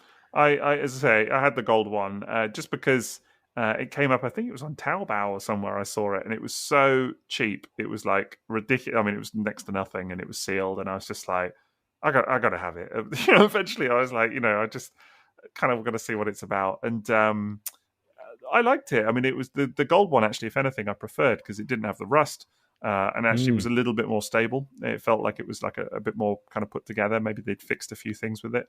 I think it was... I had the prototype of the gold one. Oh, did you? Yeah. That's weird. And that was just a very terrifying experience all around. Something you had to transform it. Like, it's too tight. Yeah, there was a ton of them on eBay, wasn't there? Was there? Yeah, I got it from Morg. I took some photos for it. Yeah, I know where Morg got it from. Yeah, there was an eBay seller. I think went by the name of Lena, and then a few numbers. Still going. Yeah. Oh, really? Yeah. I got lots of like Fall of Cybertron data discs, like test shots and stuff like that. They had a whole bunch of WFC stuff as well. So yeah, I remember a lot of those Megatron test shots too. Yeah, it was a fun toy. Of course, there was all the drama with Megatron as well, wasn't there? With plugs and orange plugs and things like that. Right. Even though it was packaged in robot mode, which is an interesting one. But it's still, I remember all the drama around getting it shipped, and sort of sellers having to put things in the barrel and stuff like that to make sure that it was clear that this wasn't an actual firearm. Even though what was the story behind it being gold? Was there any sort of backstory to the Golden Lagoon? Yeah, I think. Is that what it was? Okay. I don't even know. Or was it to do with some of the art on the G1 toy? I don't know, actually. Gold, didn't it? I don't think it was Golden Lagoon. I've got to be honest. I don't think so. I wonder if it was... I don't know. Maybe it was even like a Man from U.N.C.L.E. thing or something. Maybe it was a nod back there somehow. I don't know. So I wondered if it was the box art. You remember you always see the gold G1 toy Megatron, didn't you? I wonder if that's because one of the Microman sets you get, sometimes there's a version where the chest piece for the Microman U.N.C.L.E. set Megatron is gold tinted. I've never really honestly known if that was some kind of discoloration or whatever, but it may have just been like a chrome variant. But maybe that was the version that the box art was based on originally, so maybe that's got some kind of roots there. Maybe. Or it could just quite simply be a James Bond thing, like Man with the Golden Gun or whatever. I don't know. It could be any of those things, really. So, but I might have just wanted some bling. Yeah, exactly. It's a very gaudy toy. Like, it's a very kind of hideous toy in its way, but also kind of nice. I don't know. Like, I definitely prefer it just because it's so out there. It's almost like real, like they really went for it with the gold version. And in a way, it kind of pushes it through the barrier of being a bit rubbish into the arena of being like so horrific that it's almost kind of cool. I don't know if that sort of resonates, but I just remembered one thing I did really like about MP-5, Kremzik. Yeah, that was cool. I did like the Kremzik. I would have happily kept that if I could have done. I've now got the little Kremzik that comes with Kiss Player's Auto Rooper instead. Which is also fun. But that's naughty Kremzik. Yeah, it is naughty Kremzik. Yeah, let's not. Not that the other Kremzik was well-behaved Kremzik. No, they're all naughty to some degree, but I know what you mean. There is a distinction there, but maybe let's not get into that for today. Yeah. The old Kiss players. MP-5 start coming with a few accessories? Because the early ones had one or two, hadn't they? But I always associate Megatron as being the one that tends to come with a lot MP1 more. Had the orange-flavoured mace. Yes, that's true. MP1 had... Yeah, the mace, actually. It's funny, MP1's accessories. MP1 Axe, yeah. And then Megatron was the mace. But yeah, it's funny, the MP1 accessories now I was thinking about this recently because MP-44, the third Masterpiece convoy, comes with all of those same bits. It comes with a matrix, comes with the axe, the gun, and it's kind of boring now. Like the axe, I don't know, like there's something a bit almost about it, whereas actually at the time it was hugely exciting. It was like, okay, right, yeah. This is cool. This is like a really iconic scene from the cartoon that, that they're referencing. And I used to love those little accessories, whereas now, I don't know, it's not quite as special as once it was, maybe? No, I think virtually everybody would prefer a slightly better figure versus a tray of accessories they never touch. I mean, Ironhide and Ratchet just took it to a completely different level, didn't they? Yeah. Well, there was a lot of conversation about 44 Convoy with the trailer because the price was obviously kind of insane. Like it was a very expensive toy. And you had this trailer with an actual kind of bed that folds out the bottom of it, at the back, which is like a tray of accessories. And a lot of stuff in that people were like, I could just not have that, and the trailer had a huge amount of engineering in it as well to do various things, which is fun. Like, I got to be honest, I love the trailer design. I think it's exceptionally clever on 44 and like the way that it kind of, you can take off the kind of combat dick bit and put it on roller and various things. It's all great, but I've only ever done it once, maybe twice. So is it worth the entry price? I don't know. It's nicely designed. It's beautiful. But I can totally see why people think I could just do away with all of that and have a much less expensive toy. Whereas actually back in the day, it was different. It was like the accessories felt meaningful somehow. Yeah, because it was the first time. Yeah. Yeah. And so it's like with roller, whenever you see roller with something now, you just sort of almost filter it out because you're so used to seeing it. Whereas back then, when the first time it came out, it was such an exciting novelty to have it again. And there are so many things like that with the Masterpiece accessories where you look MP3 at them and stand, MP3's jet mode stand. But those ones are functional though as well, aren't they? Whereas like they come now with so many things like MP44's Starscream head and things. It's like, who is using that? Like, you maybe use it once just for the novelty of using it, and it's like, but then this money could have been used for something else, or I don't know. There's so many things like that with Masterpiece now, and with a lot of like third-party toys as well. They tend to bundle in so much stuff for the sake of it. Do you think Takara's designers and Takara Tomi's designers have like an in-house Where's Dirge session? So like if you design the next toy and you leave an accessory out, like the internal Facebook, like one dude goes, "Oh, where's the axe?" And then they just send him a screenshot of the cartoon. Try to mitigate any possible criticism by including everything possible with the next release. Where's this animation error of Optimus Prime's face? I don't know, you say that, but we've still never had one that can turn into an alligator. So what's that about? Well, Fans Project did that, didn't they? Oh, actually, I remember, we've talked about this before, but, Chris does the Digibashes and everything. Right, Chris QQ. Yeah, Chris QQ. Chris QQ. That's right, he's added some more cues. Yes, I love his username, by the way. Ch-ch-ch-ch. I like it. I always pronounce it as Chris QQ. Yeah. Just an absolutely impossible. Is it supposed to be the transformation It sound? is supposed to be, I believe, the transformation just sound. got But, just got that. Well, there you go. Wow, same here. What did you think it was? Just ch-ch-ch-ch. Just, I don't know, just some random... He really likes trains? Yeah, maybe, yeah. I know what that's like. Maz likes trains, so maybe just thought, that's normal. I don't know. But yeah, he actually did a Digibash of MP44. And I think, I can't remember how he'd done it now, it was a while back, but it was hilarious. He'd put the backpack, because MP44 has a lot of people talking about the backpack, and it's a fairly sizable backpack. He'd put a picture of the crocodile or alligator Megatron, whichever it's supposed to be, and done a Digibash and showed that the backpack turned into the alligator, and people went nuts, and it got picked up, and a lot of people were like, "Oh my god!" thinking this is real, and it got shared and reshared and shared again on different platforms, and he had to kind of say several times, "No, this was me. I made it." Like, it's not what real. A terrorist. It was hilarious. I saw it shared quite a lot, actually, and people being like, "Oh my god, the backpack is going to turn into the alligator." I mean, it's absolutely brilliant, that stuff. I love it when that happens.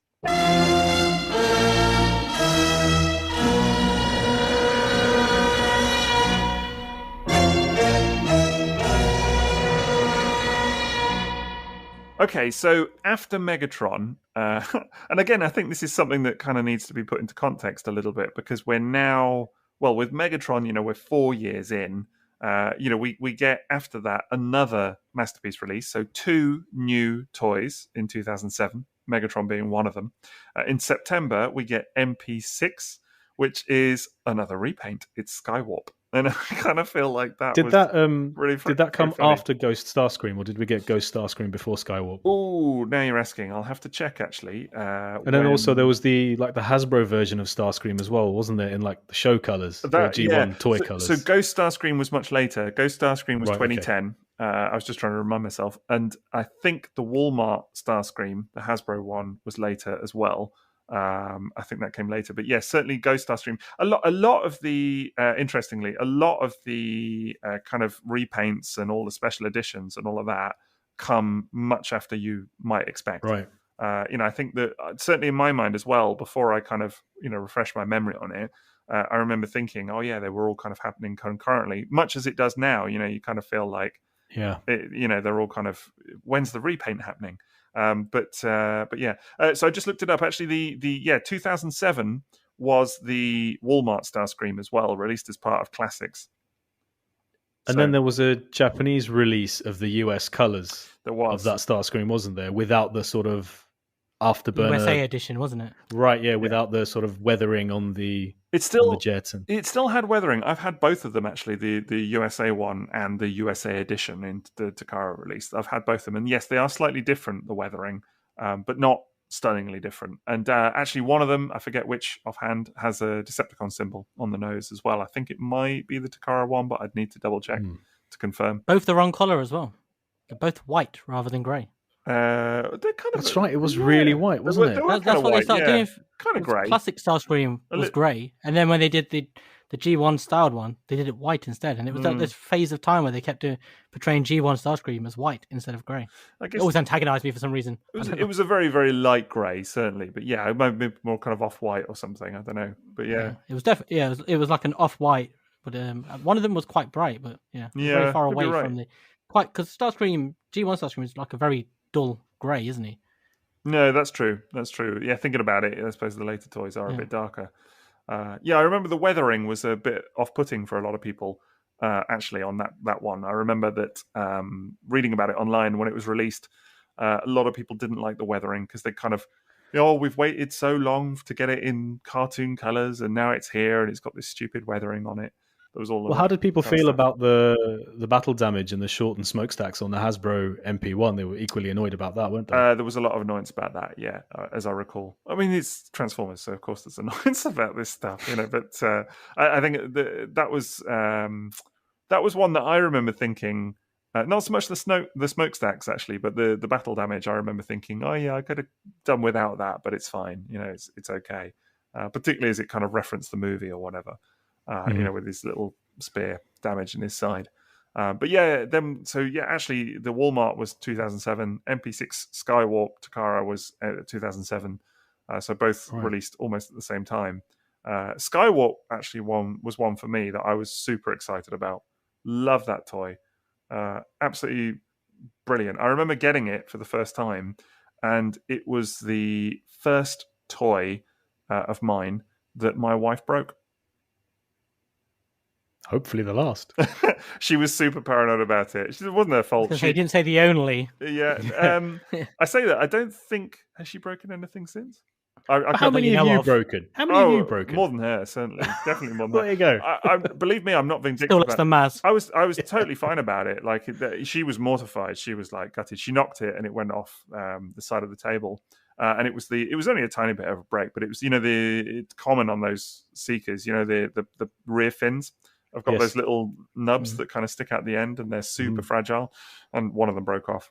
But yeah, it was her knocking it off the table. But I actually didn't mind at all. I was like, she was mortified and like apologizing and all of this, and I was like, don't worry about it. We weren't, we had been together a little while at that stage, but weren't married at that point. And but I was really not worried. I still married her, so it can't have been that big a deal. And then, of course, that led to Argos Warp, didn't it? The Argos Hasbro version of Skywarp that ended up super cheap. And I remember I had that one. That's the one I bought for £20, £19.99 from Argos. Unthinkable. That's incredible. What a price. But I remember being quite fascinated with how the Takara version did Skywarp, because obviously it wouldn't have had all the bells and whistles of the cartoon version. No chance of purple, shoulders and purple hands the way you get now on the new Skywarps that we get in various lines. To the point where when we got the Robot Masters Skywarp and Thundercracker 2-pack, it was just what? Cartoon colors Thundercracker? Yeah. It was like that level of amazement that we should even receive a toy like that. But yeah, I remember being fascinated by how they did those colors, like try to distinguish it from Starscream, but still make it kind of realistic as a jet, but very obviously Skywarp. It's fascinating just on the Thundercracker colors bit, just quickly, is how that's changed now. Like for years, it was people like every time the toy colors came out, they're, I want the cartoon, and now because it's always the cartoon, everyone's like, I want the toy colors again. And it's funny how that's fashion, flipped. isn't it? Yeah, it goes back and forth. Yeah. No, I think you're right. Just careful what you ask for, because I really love just get it again forever. Yeah, but the toy colors on G1 Thundercracker are pretty much unmatched. They're so dreamy that it would be sad to think we'd never get a Thundercracker in that color again. I do like the Lenore blue though of the cartoon. It's a nice thing on its own too. Yeah, the MP-7 Thundercracker is a really weird color. Actually, it's very dark. I kind of like it, but it's not. Again, it's a bit like Starscream. It doesn't really match to anything. I think it was an attempt to do like a real world thing in its own way, but just kind of make it distinct, as you said, Maz. But yeah, really, really interesting color. I don't know if it was entirely successful. The Skywarp, though, I do really like. But the one you had, Liam, the Hasbro one, was quite different, wasn't it? It had purple stripes and things. Yeah, it was so different. Like, I'd seen it, but not really picked up on how different it was until I got it off the conveyor belt at Argos and was looking at it. And I was like, it's just very, very different. But I remember, to me, it felt really flimsy compared to I don't know if it was just the one I had, but compared to the Takara one, it felt so different in hand. Yeah, that's interesting. 20 quid. I find a lot of broken ones as well, actually. I'm pretty sure mine was busted. I just remember that some of the plastic in some of the parts felt like that really soft plastic. And I don't remember that from the Takara one. It could have been the same. It's just, I remember at the time it was a little bit later and picking up on me. I wasn't a big fan of it. I was, I guess, different plastic makes such a difference, doesn't it, ultimately? Although I was surprised to read recently, actually, that a lot of people had breakage issues with MP3. Yeah, I never did, and I remember being surprised about that too. Yeah, there was a lot of things about MP3 I really liked, which in hindsight I like even more now. Like the shoulder parts. You remember those on the swivel? Yeah, the little nozzles. Yeah. Just they were the green parts just on the outside of the red shoulders of the vents that you just sort of swiveled upwards. You wouldn't dream of having anything like that on a Masterpiece level toy today. That obviously inaccurate, but just I guess it counts as kibble. But also like the real life bombs that it had, proper rockets that it was carrying. Still to this day, I love that Hasbro was still issuing those with Sunstorm and Thundercracker of the MP-11 mold. Yeah, to the point where I would keep them when I sold my Hasbro ones so that I could stick them on the Takara versions that I had that weren't coming with them anymore. That kind of stuff I loved about MP3. It's funny how much hangover there was from MP3 to 11, actually. Because, I mean, even to the point now where, they're doing the new Starscream and they're calling it version 2 because, they clearly kind of don't view MP3 and MP11 as two different versions. They kind of see it as just a simple retool, if you will. Or maybe the kind of almost like MP11 is just the prototype version of MP3, isn't it? It's kind of what they would have released in the first place. So that's really weird. But yeah, it's I think what actually is fascinating for me is that I saw the new Masterpiece Starscream still comes with the opening nose cone, the little thing inside the nose cone. Does it still come with Dr. Arkaville? I don't think so. But it's just funny. I mean, obviously it's done away with all of the other stuff. But yeah, it felt like really weird how the MP11 mold was still coming with those bombs. The Hasbro version still came with the stands. And it very much did feel like a kind of rehashed release in a lot of ways, even though it's still exciting to begin with. Although MP11, I feel, is one of the designs in Masterpiece that is dated the worst. Yeah. I definitely agree with that. I know we're not talking about MP11 specifically today, but in a way, I feel like MP3, that version has sort of, I don't know, it's almost lasted the test of time a bit better. Vintage masterpiece. Yeah. It's kind of, if anything now, I would rather have MP3 than MP11.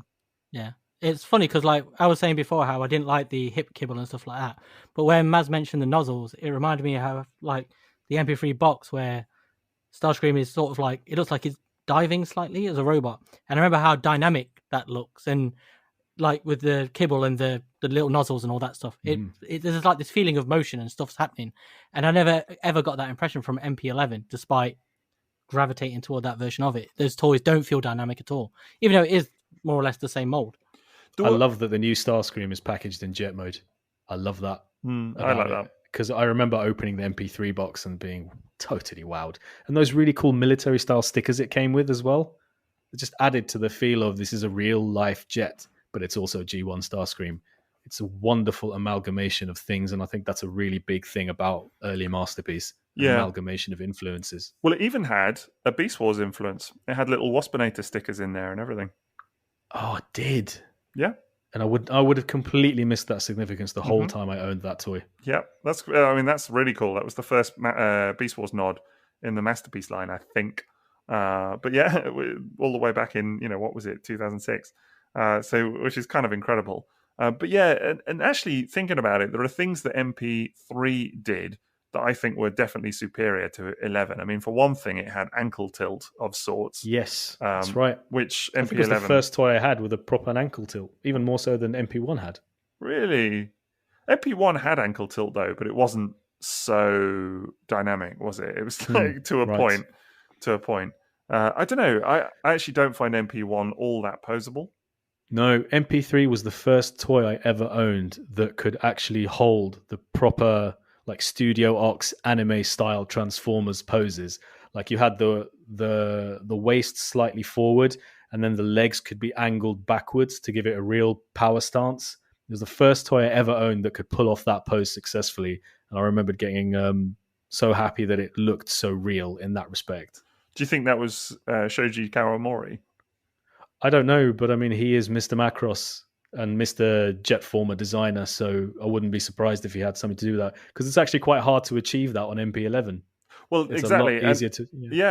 I don't think it was there on the original Kobayashi prototype, so it wouldn't surprise me if that was Kawamori's influence. That he wanted it to kind of stand and pose a bit more like a Macross toy or whatever. But it strikes me that's probably the case, because MP1 is great, but it's not a posing toy at all. Like, I think if you try and put that toy into any kind of stance, it doesn't really work. Yeah, normally the knees give way first. It sort of falls backwards. Yeah, it does. And again, the feet don't really angle at the right thing and all of that. So, I loved the original Sega Trio, 6 and 7 as well. I loved having all three of them. I love the Walmart version. I love the Ghost version. The Ghost version I still have, actually. That's the only one I still have. I'd love to have that. I'd love to own that toy. That I kind of reasoned that was a nice one to keep. I was sad to see them go, like the original trio. More sad than seeing the MP11 lot go, to be honest. But I did think I've got to keep the Ghost one, just because it's so nice. Just as a little standalone of a bygone era. Absolutely beautiful thing. Hasn't crumbled to dust yet. No. I reckon it'll make a comeback, that whole era of Masterpiece. I think it kind of has. It has in my affections anyway. Like, I'd love an some. MP4 to go along with the few vinyl techs that I have now. Yeah. I still haven't actually got my MP4 trailer out and given it a good once over with the vinyl techs. I must do that at some point because I'd love to see it again. Because the trailer is designed to fit a vinyl tech, isn't it? I'd love to just mess with that and do it. Yeah, you can get one of the cars in there. MP10 really kind of popularized that whole he's in Prime's trailer, all of that kind of malarkey. Yeah, of course. But you could do it with MP4 and a vinyl tech before that, which I think is kind of cool.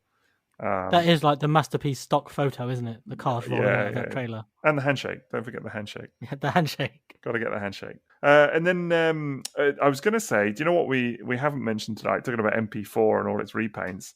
I think actually, Liam, you mentioned it briefly earlier. I think maybe the sleep mode one is the dead one. Yeah, the old dead sleep mode. The first dead Prime. Yeah.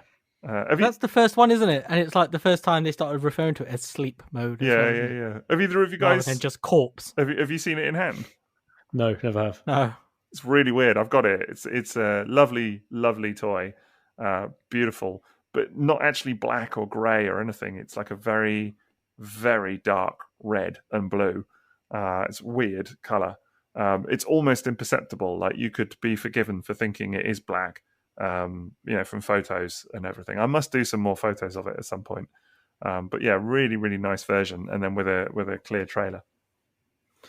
Hang on, I have a question, and this might be my mind playing tricks on me. Did we ever get a black version of MP1? Yes, we did. Yeah, MP-1B. And it was an Autobot, wasn't it? It was. Yeah. It was one. It was 2009. So it was post JAFCON and all of that, but it was still in the kind of era where a lot of black convoys were Autobots. It was it was post Scourge and RID and Car Robots and all of that, but still the best black convoy. Yeah, but still, you hadn't yet kind of reached the era.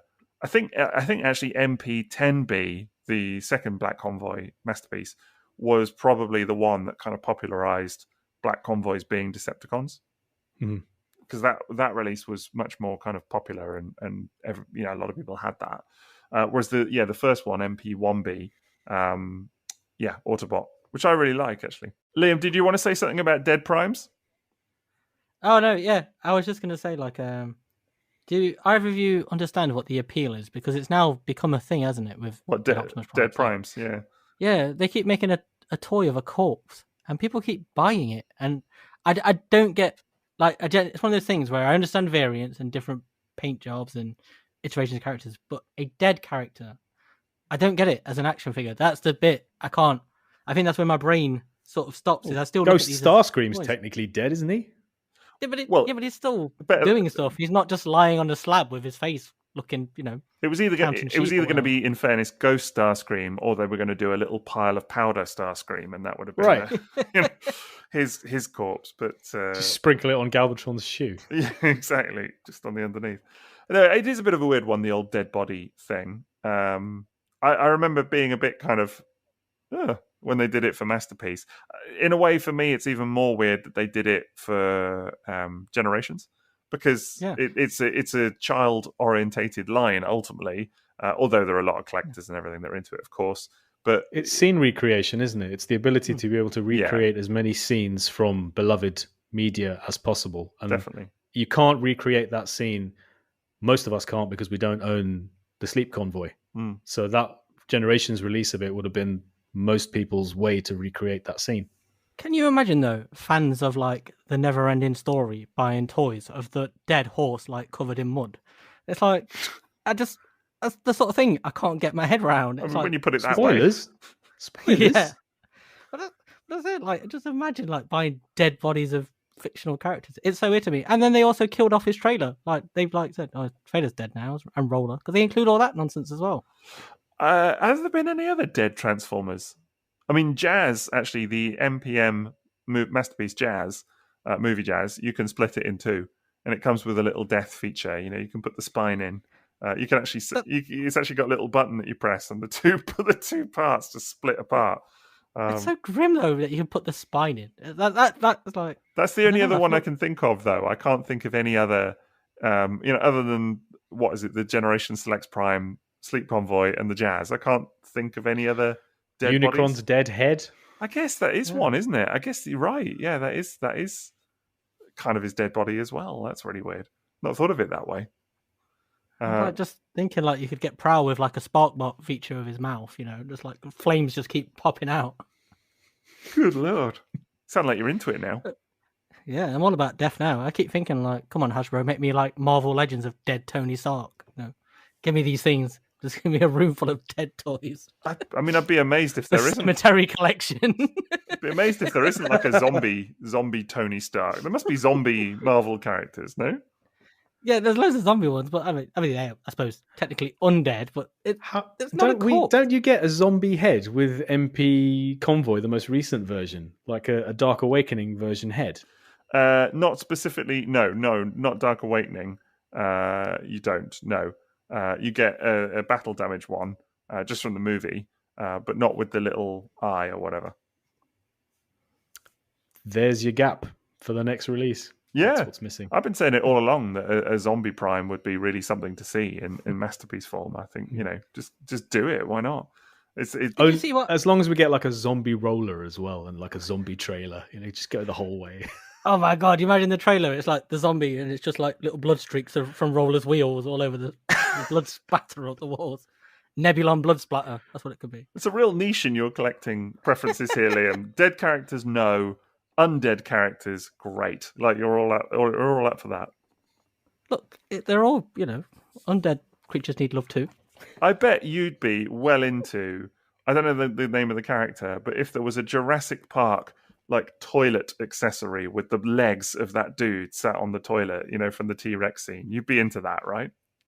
Do you know how many times I've dreamed of being able to recreate that scene in a photo? There we go. I've tried everything. I almost bought that Ghostbusters toilet the other day specifically because I was thinking I could do this. And they've started doing this with the toys now, with the Jurassic Park toys. They've done like a Samuel L. Jackson with his arm that can get ripped off, and it's like grim.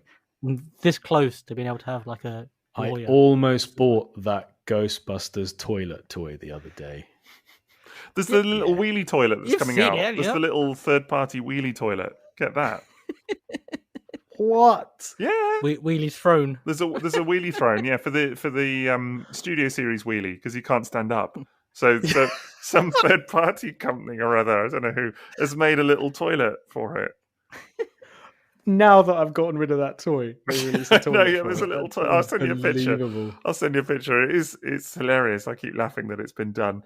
But there was a little transforming toilet as well, wasn't there, that someone made? Yes. Yeah. Was it like TFC or someone? It was a third party, wasn't it? Oh, yeah. I don't know who, but it was third party, yeah. Of course. But yeah, it never ceases to amaze me, like the lengths like collectors and toy companies go to like just get every corner of every market. And it just fascinates me, this whole obsession with this dead body of Optimus Prime. I get you. Although I did quite like that Hasbro, I don't know if you saw what they called it. It's alternate universe. Yes. Optimus Prime. And you're like, the one where he's dead. That's it. It's just this one universe where he's died. It's like, that's pretty much every universe of Transformers, isn't it? Yeah, but definitely. it's like the Galvatron shoulder thing where they misassembled them and they referred to it as an alternate shoulder configuration. Yeah, that's just it now for everything. Alternate. Well, this is a universe where wrong is alternate, isn't it? Yeah. It's alternate facts. Yes. Indeed.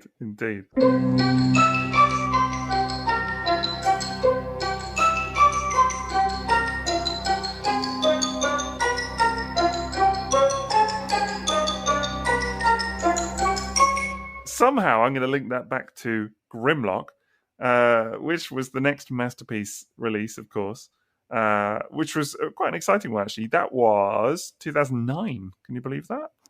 Wow. Which actually, I was going to say... Yes, I can, actually. I got married in 2010, and MP Grimlock was one of my wedding presents from somebody. Was it? Did you register? Yes. That's cool.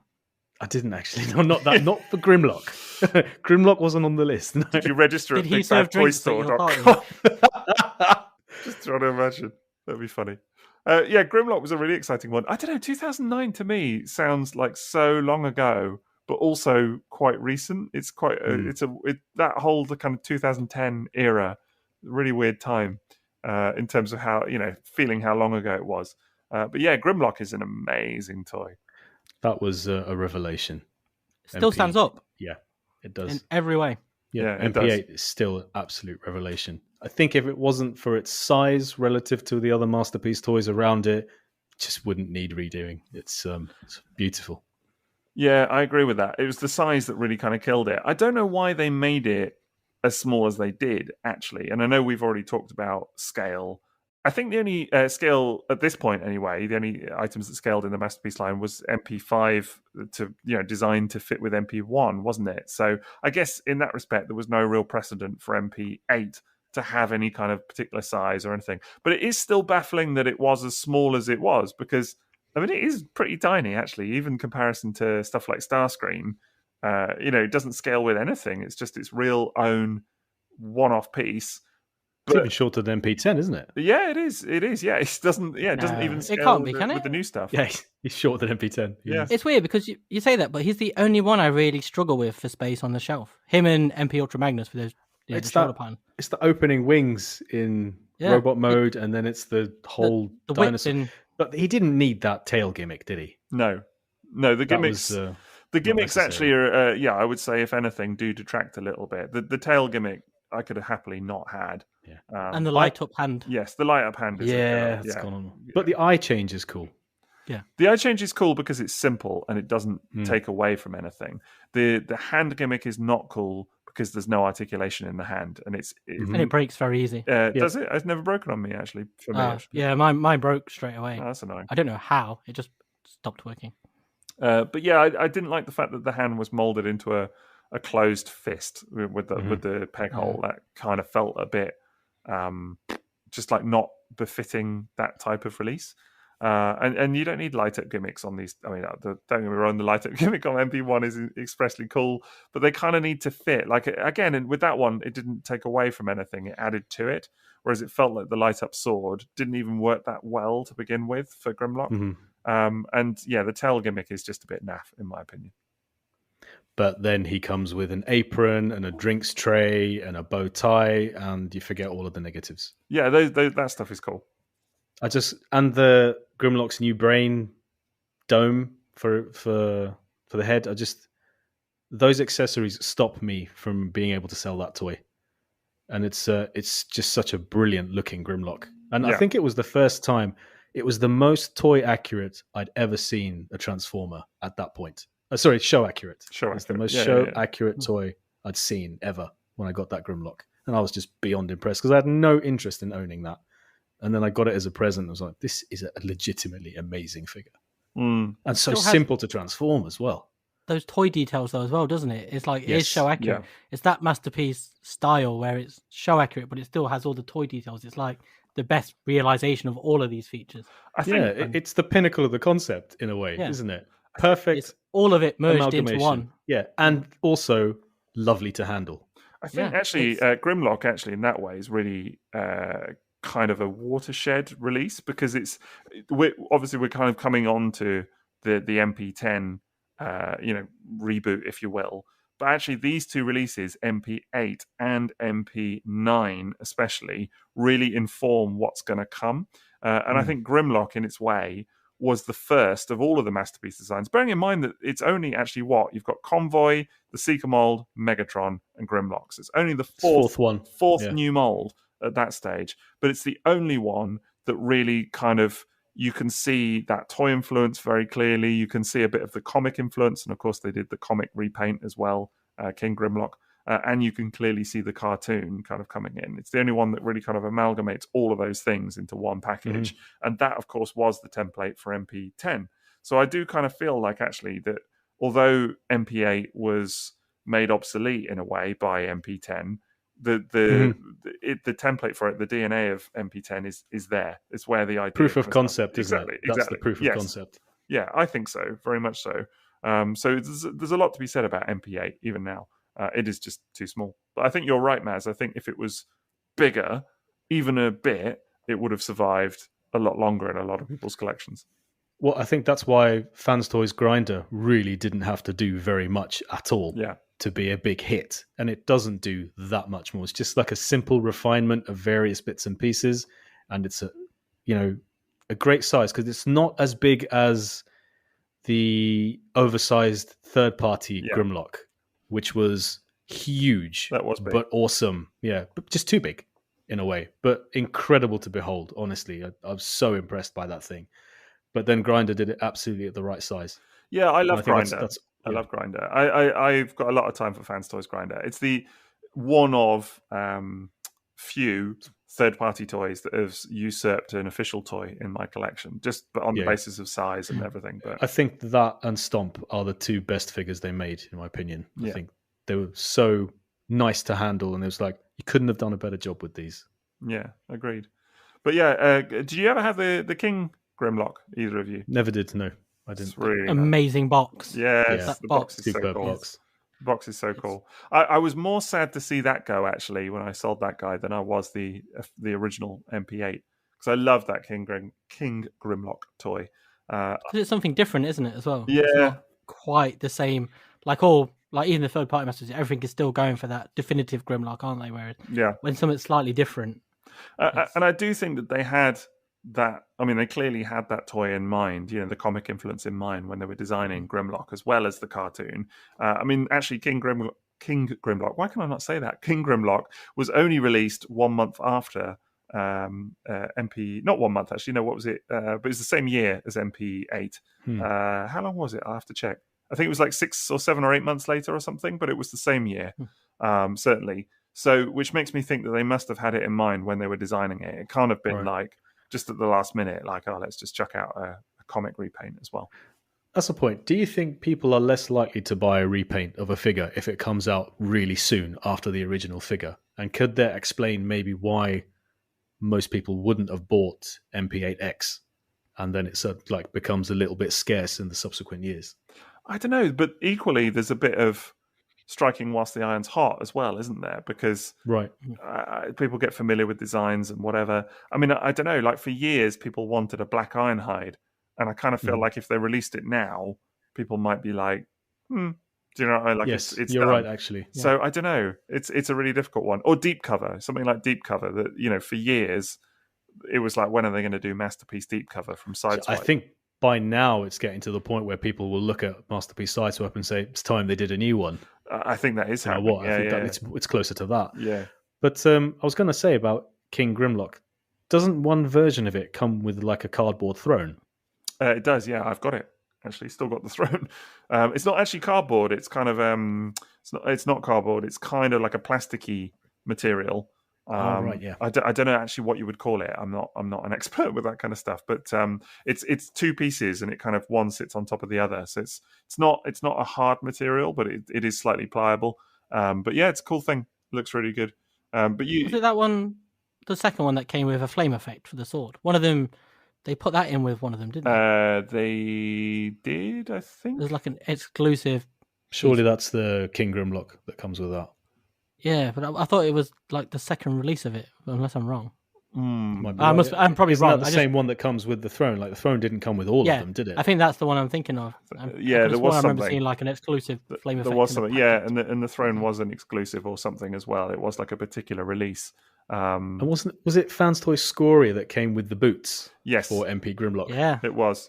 Yeah, that was a funny old time, wasn't it? Because Scoria, was amazing. Really, I mean, when it first came out, I remember because they'd done Quake Wave, which was, I mean, very impressive, like a real gateway drug for a lot of people to third party.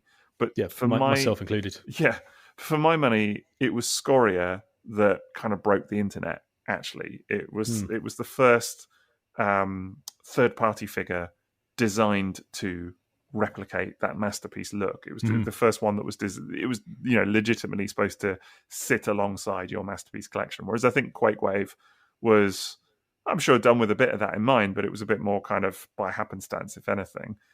Whereas, I think Scoria was the one where it was like, oh wow, like they're actually going to do this, like another Dinobot. That's incredible, and it looked amazing as well.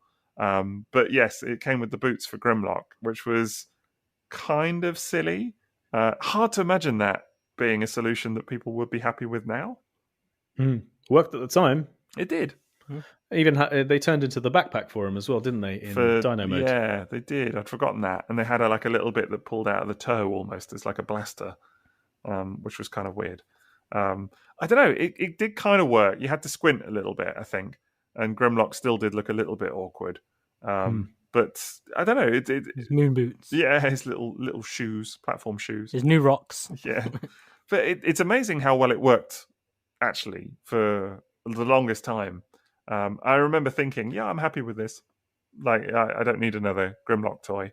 When they were talking about doing Grinder, I can see why they didn't want to do it initially. And I can see why, because actually I was really happy with it. And then when they did Grinder, I was like, of course this is better. It's quite funny. Can we just talk about how great the transformation was, though, on MP Grimlock? Yeah. And how simple it is as well. Like the legs and the tail, that's just genius. Absolute genius. So G1 toy, though, isn't it, as well? There's so much of that, the way the whole chest folds out. But it's like the one masterpiece that is so simple to go through. It is really simple, isn't it? Yeah. arguably Grinder and a is real pleasure.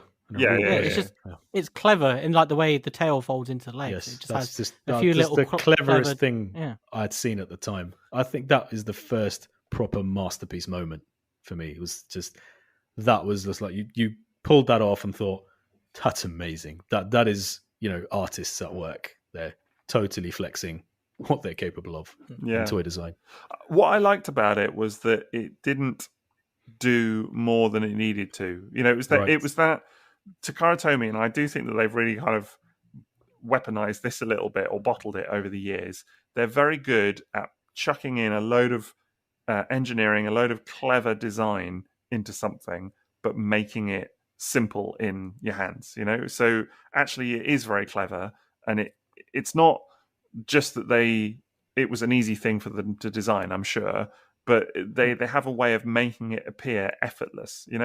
But it's a little bit like that kind of swan thing, isn't it? If you know that it's probably paddling very hard under the water, but you see this kind of graceful thing on the surface.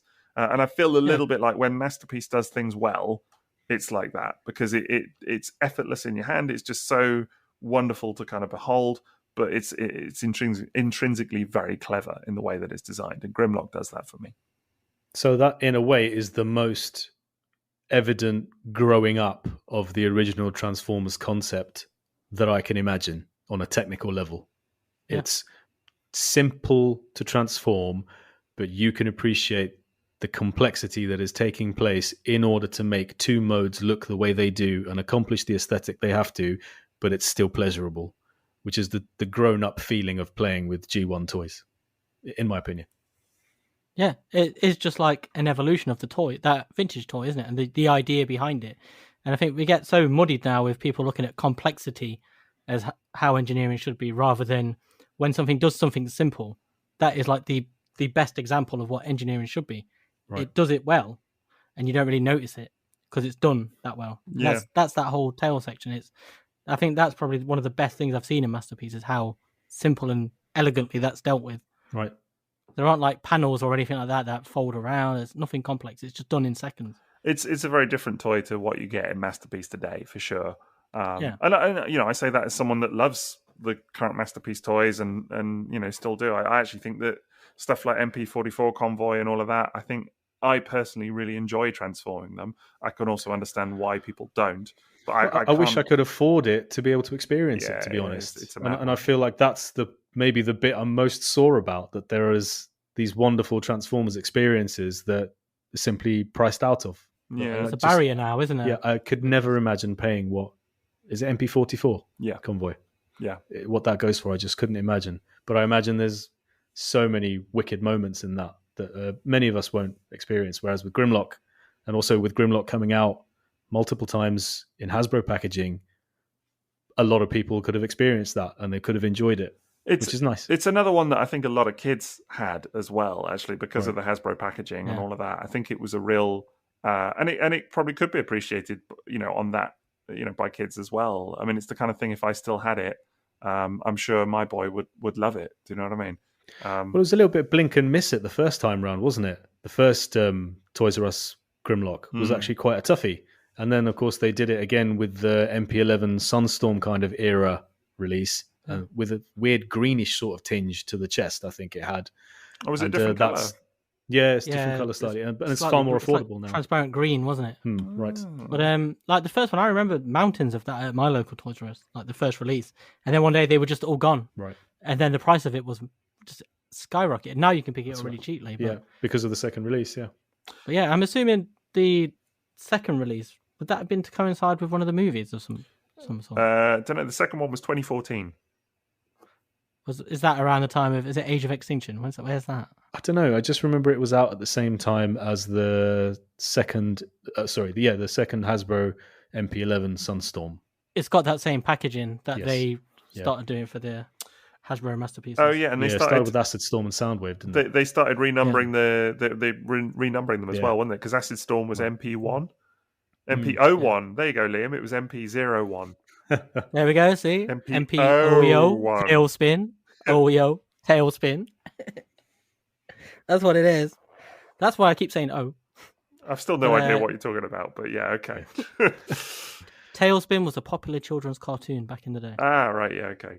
No, so I think you're right. I think Grimlock was a real kind of growing up moment for the line, a real kind of even now, just a great toy. I think you could give that to someone now, and I think they would enjoy it. But yeah, the gimmicks Can confirm. confirm. Well, did you give it to someone? Yeah, my daughter loves it. Oh, nice. It's just perfect for play. It's a toy, isn't it? That is really a toy. Wicked looking dinosaur mode. Yeah. Those teeth, chrome dinosaur arms, just fantastic. Really good looking toy. Something that about it that when I got the Studio Series 86 Grimlock, so much easier to transform. Really cool robot mode. She still far prefers MP8. It's like, no, let's keep that one. That one's better.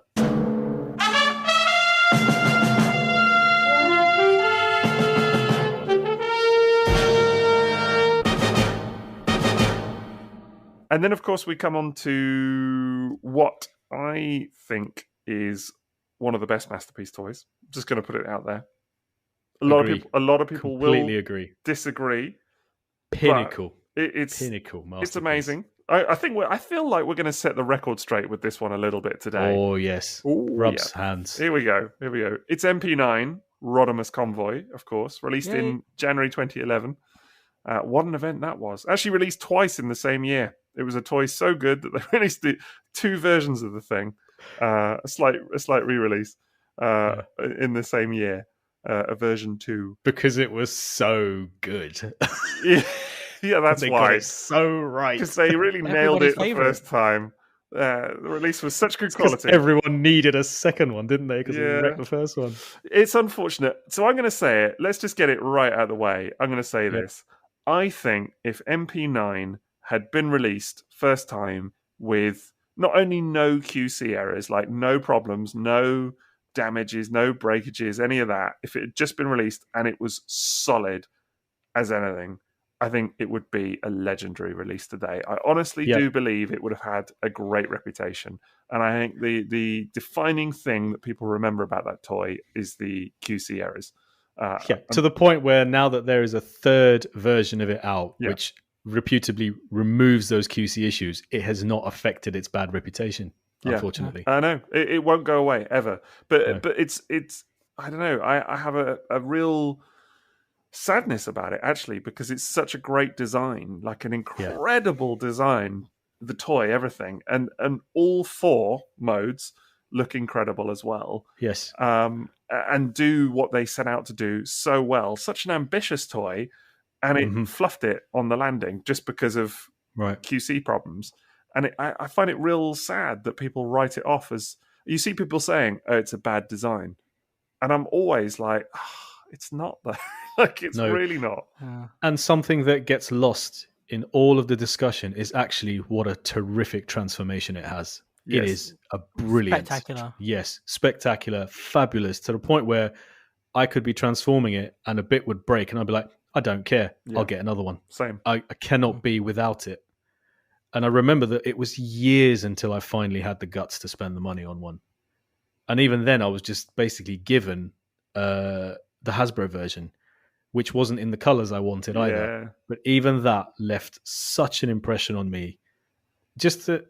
I'll tell you what, why don't we run through all the QC problems so that by the end of that list, when we're still saying it's one of the best toys ever, people can sort of understand how good it must be that despite all of those problems, you'd still be willing to buy it, you'd still be willing to have it and mess with it. Well, there was the one that really did bother me a bit, I must admit, was the spoiler rubbing on the inside of the trailer. You had to sand the inside of the trailer. That's right. What nobody wants on any toy, let alone a near 150, 200 pound masterpiece. Yeah. You had to, you literally had to like sand it to kind of create space for the spoiler to fit in. Otherwise, you just rubbed all the paint off and everything. That was a nightmare. There was... Spent a lot of time on Boxing Day doing that. I got it for Christmas. There's a lot of time drinking and sanding down this tiny caravan. A few rums and sandpaper, masterpiece. It's not where you want to be. This is living, guys. Merry Christmas. Your nan's like, come back for play charades or whatever, Liam. And you're like, I can't, Nana. I've got to sand It's this. just drunk sand my me masterpiece. shouting at the fireplace. You could have done this for me, Santa Claus. You lazy git. Sounds fantastic. Where's your elves? It's a holiday Sack memory. 'em. There was then the ankles. Yeah, I was going to say the ankles were terrible. They were just. I mean, the design again was fine. The design, if it had been solidly executed, all fine. But just the way they were put together, you had pins popping out, you had ankles not aligning properly. The pins on the calves Yeah. or the outer legs, those casing rotated panels that kept falling off. That was really annoying. Yeah. To this day, mine have misassembled. They're backwards. I've got the left foot is on the right foot, if that makes sense. The feet are the wrong way. Right. It's barely noticeable until you notice it, then it becomes really annoying. But it's not something that affects it at all. Tolerances were a problem as well. Yeah. Just getting those hands tucked in properly in car mode so that the four wheels would actually sit flush on the surface. Then you had the chest that would break. Yeah. Sometimes the backpack, that chest that wouldn't backpack. The backpack. Yes, on that version. You had to sand it again on the inside. The first version on the inside of the little kind of nubs on the backpack. Clip, wasn't it? So that you could get it to clip in properly. Otherwise, it wouldn't stay.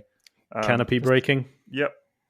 Yep, I believe that was the knees as well. The exploding knees on MP9B.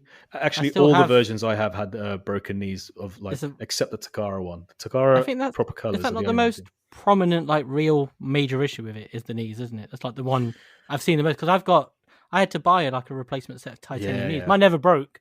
I just bought them in case. The knees I had so many spare Rodimus parts lying around. The knees is particularly a thing on 9B on the black version. That's a real. The only version of mine that has had a problem with the knees is 9B, and it has a set of replacement knees. I had it on Hasbro as well.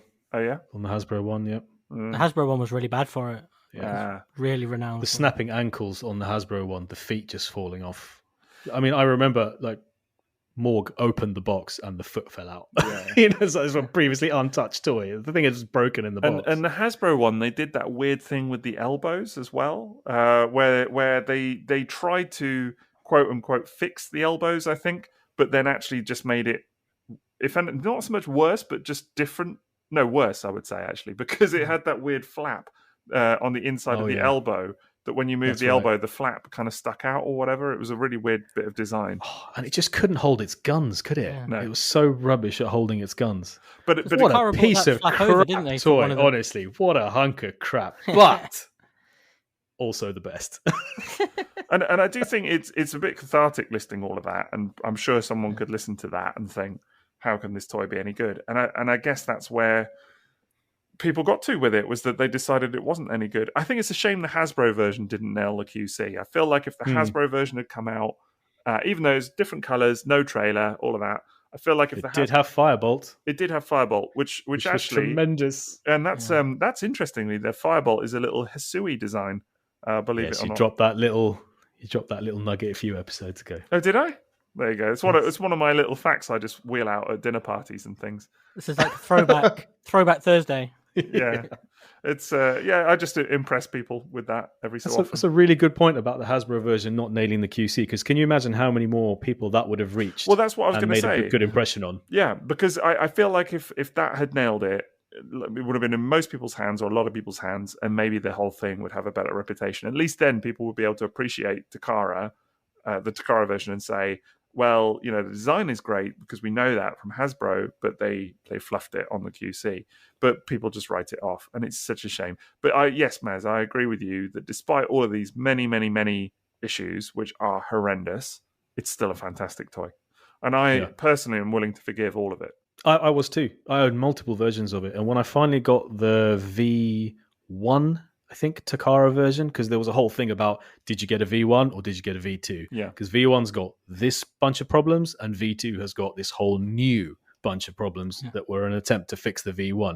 And I got a V1 and I had no problems. Right. And it was just for this crystal moment, I had the perfect MP9. It wouldn't always transform flush to the point where it would sit on all four wheels properly in car mode. But when it did, that one or two times I got it right, it was just like, this is the best looking toy I've ever owned. That Hot Rod car mode has not been surpassed.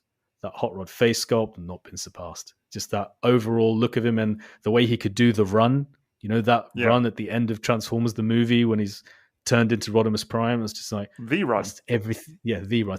All I've ever wanted out of a Transformer was the best hot rod they could have made, and it really is that. Without the QC, it is that. It's a phenomenal hot rod toy. I mean, I tend to think of it as Rodimus now more than anything. I guess because of the scale of it, so that the fact that it scales with MP-10 and everything that came after that as Rodimus. That's how I think of it. But it's still an incredible hot rod depiction. And surprisingly screen accurate as well. It does a brilliant job at bringing hot rod to life. It's the best looking hot rod toy I've ever owned. I love Studio Series 86. I love G1 hot rod, but MP9 in hot rod mode was just spellbinding. And it scaled so well with the Make Toys Headmasters and Target Masters that they did a mere 3 of. And that for me was like the most exciting thing that was happening. And then, of course, it just nothing ever happened in that direction. And I got out a masterpiece, but I do still have my special, one-of-a-kind NP9 Frost Rod that you guys gifted me. And that is just a keeper. I've forgotten about old Frost Rod. Yeah, that was a really nice birthday present. That was a cool thing. It was a leaving present, actually. It was a leaving present, wasn't it? Yeah, it was a going to Iceland present. Yeah, and I love this toy so much. It's such a pinnacle. Like, look at everything they achieved. The toy is a beautiful hot rod in robot mode and car mode, and then it becomes a beautiful Rodimus Prime in car mode. And I mean, it's the best looking Rodimus Prime vehicle mode we've ever had as well. To the point where it's like, try to tell me that doesn't look good. It's wonderful. Spectacular. It's my favourite mode for the entire toy. Yeah. I can totally understand it being displayed that way.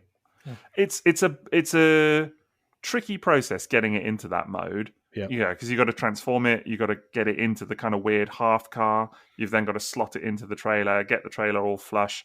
But when you do it, wow, it's breathtaking. It goes in backwards. I know.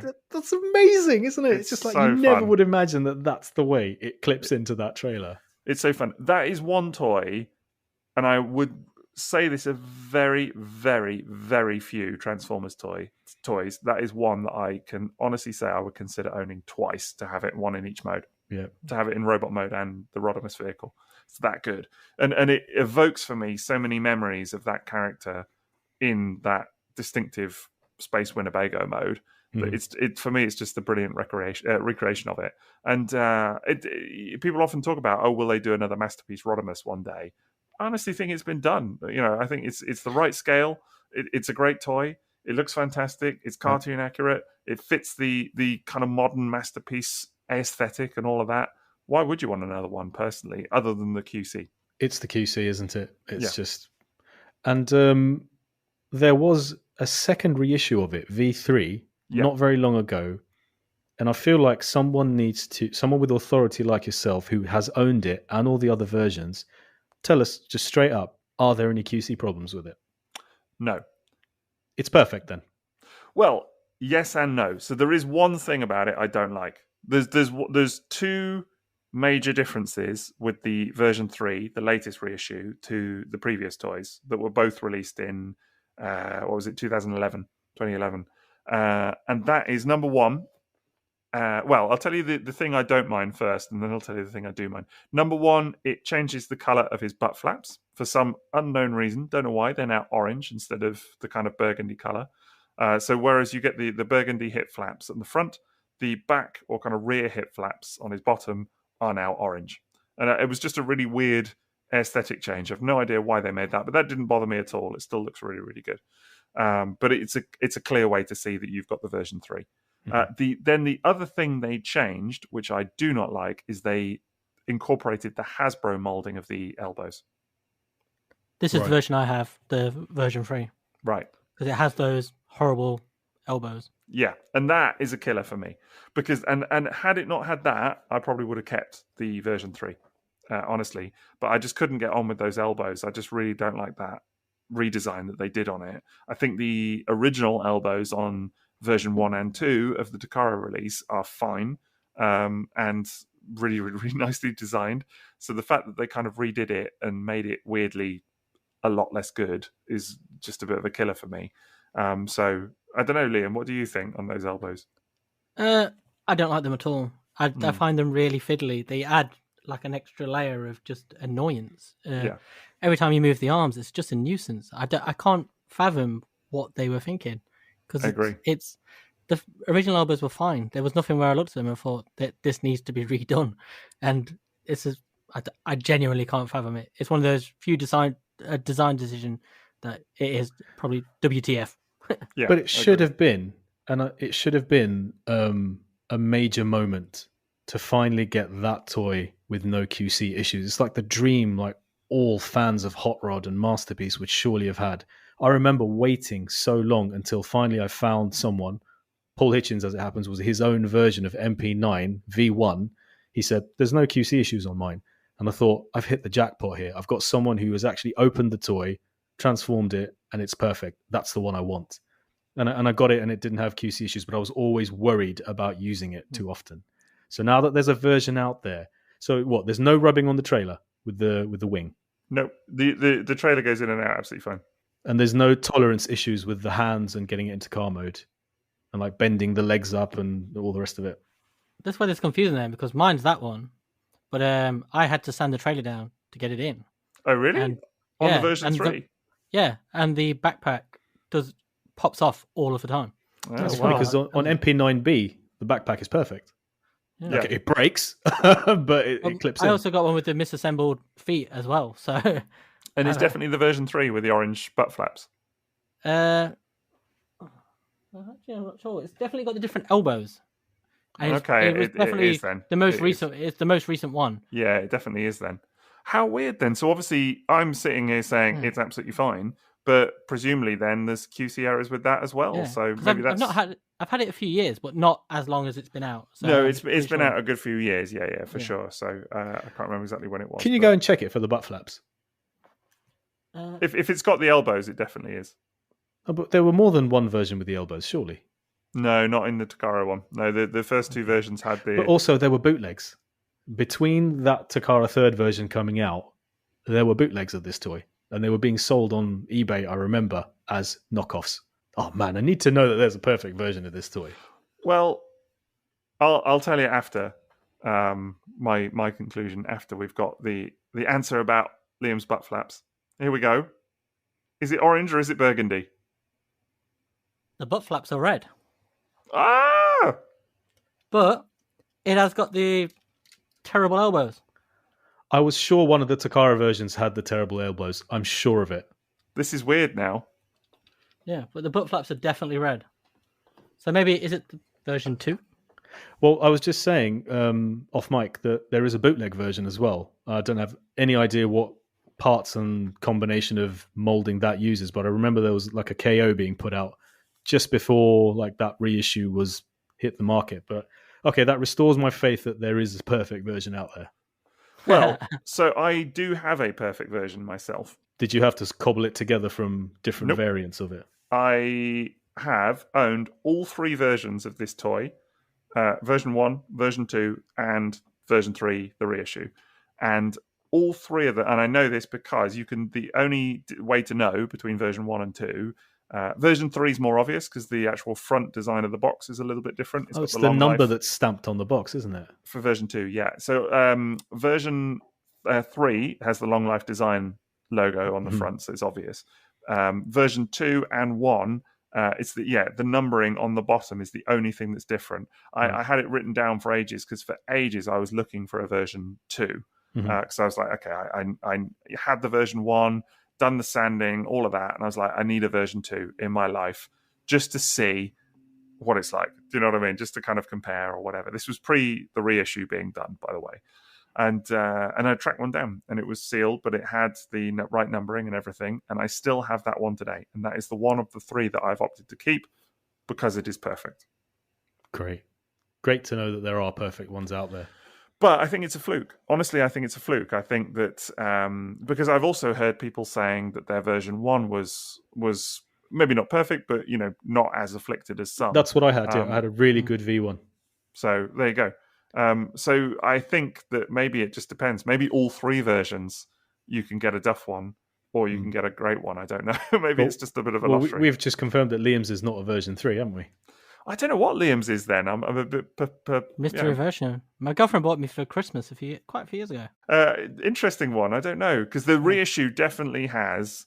I've got a picture of it still. I've sold it on since, but I've still got a picture of my reissue that I had, the version 3, and it's definitely got the orange butt flaps. In all honesty, I think if I was to own it again, I'd go for the version 3, just because I'd want to know that I could transform it as many times as I wanted to, and I wouldn't damage it.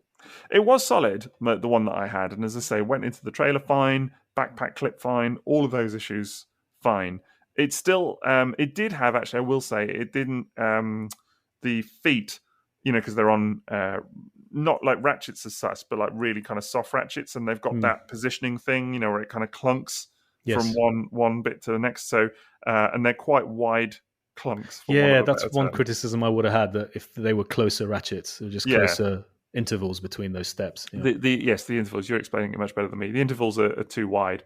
But actually, that's one thing I would say, even on the version 3, I found it was a struggle to get him very flat-footed at times. Right. It was almost like the intervals weren't quite aligned quite properly. So that was a slight criticism I had. I never really saw that as a QC error, more as a kind of a, it just is what it is. Do you know what I mean? But yeah, certainly the version 2, I still have it in the old collection. Pride of place, beautiful, love it, no issues.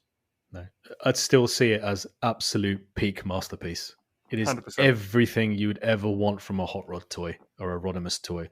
It is that dream of having a G1 hot rod that you play with a Matrix and then it becomes G1 Rodimus Prime, but it's all of that in one release. It's the ultimate realization of the idea, yes, isn't it? Absolutely. And what a character to do that to. Yeah. I've seen people since saying, why did they bother making it hot rod? Why not just make it Rodimus Prime? I'm like, well, yeah, I get that. And probably they would now if they were to do it now.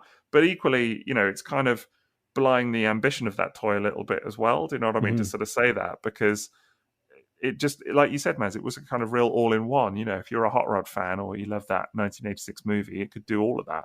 And it did it really well. The only thing I would say is I was never quite convinced by the height differential between the hot rod and the Rodimus mode.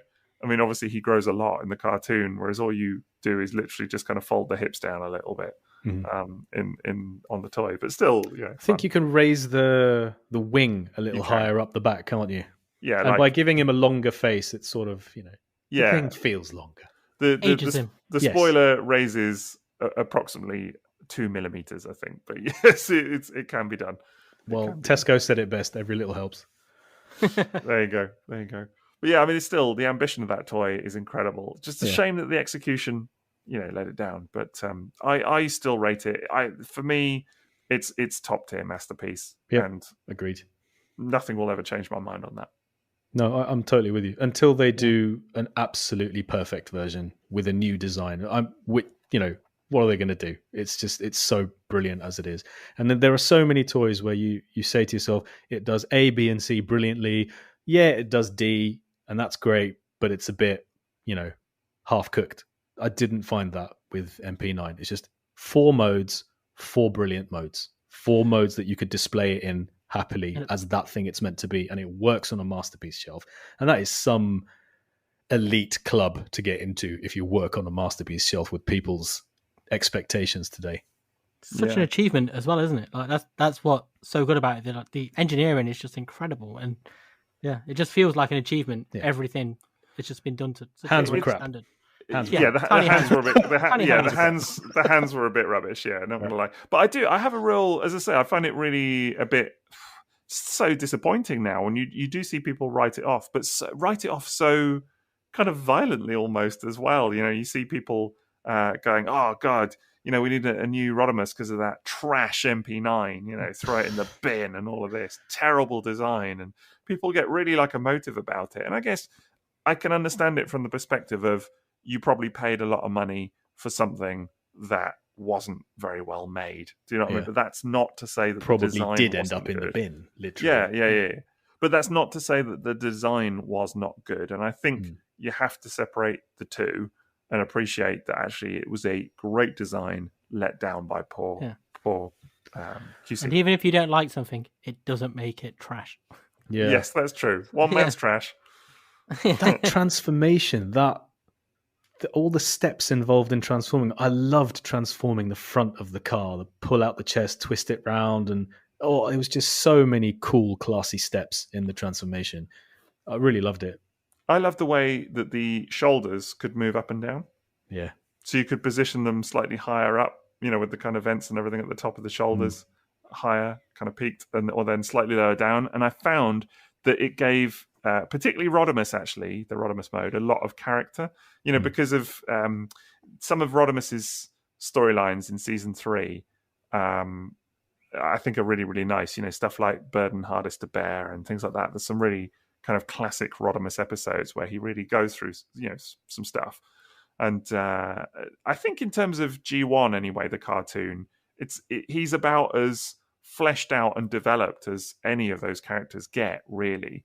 And I think that has helped me to love that toy a lot as well, don't get me wrong. But I just love the kind of emotive feel that you can get from it. You can get a real kind of sad Rodimus kind of vibe from that toy.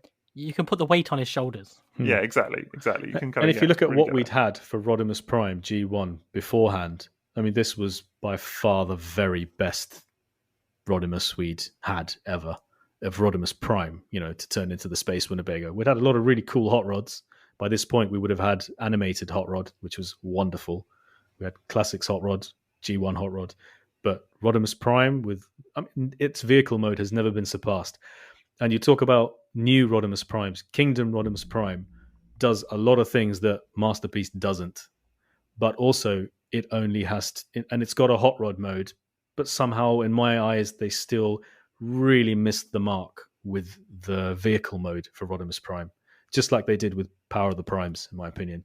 But that MP9 totally nailed it. And no one can tell me that the nose on MP9 sticks out as far as it does on Kingdom Rodimus Prime in vehicle mode. Yeah, the Kingdom toy, for me, I think looks really fun. I do think it looks right. I like the opening... there's a lot of play value there, way more than you get with MP. And that's the back really door. Cool. Pretty... Yeah, that's really, really cool. That's really, really cool. But still, for me, MP9 unsurpassed. Just the look of it, I just think is incredible. And then you had MP9B, which was, how about that for a sexy repaint? Yeah. What a colour scheme on that toy. Came out of nowhere as well, like just a total left field, original design. As far as I'm aware, anyway, not based on anything. I think that was the first thing, wasn't it? The whole teal and purple and all of that. Oh, beautiful! Such a shame about the knees being the reason why you just can't have that toy, but you can have it, and I did. I had to, just so I could have it in both modes and not have to transform the wretched thing because you knew it would break. You can, as you've already said, you can get the titanium knees, the replacement knees. I actually don't have the titanium knees on mine. I got some replacement teal knees, which I was super happy about. I remember someone asking about them, like, "Oh, how have you got the teal knees?" Because I had it, a picture of it kneeling, I think, or transformed or something. I can't remember. And someone replied, like, "What? Do you know? I mean, how have you done that?" And the knees have not exploded. And I was like, because they were the teal ones as well. They could see that they were like, if you painted the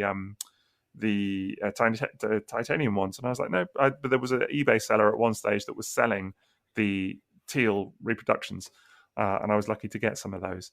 And I love my MP9B. Perfect. Love it. Absolutely. So beautiful. Great lovely visor color. Beautiful blue wing as well. Just absolutely stunning.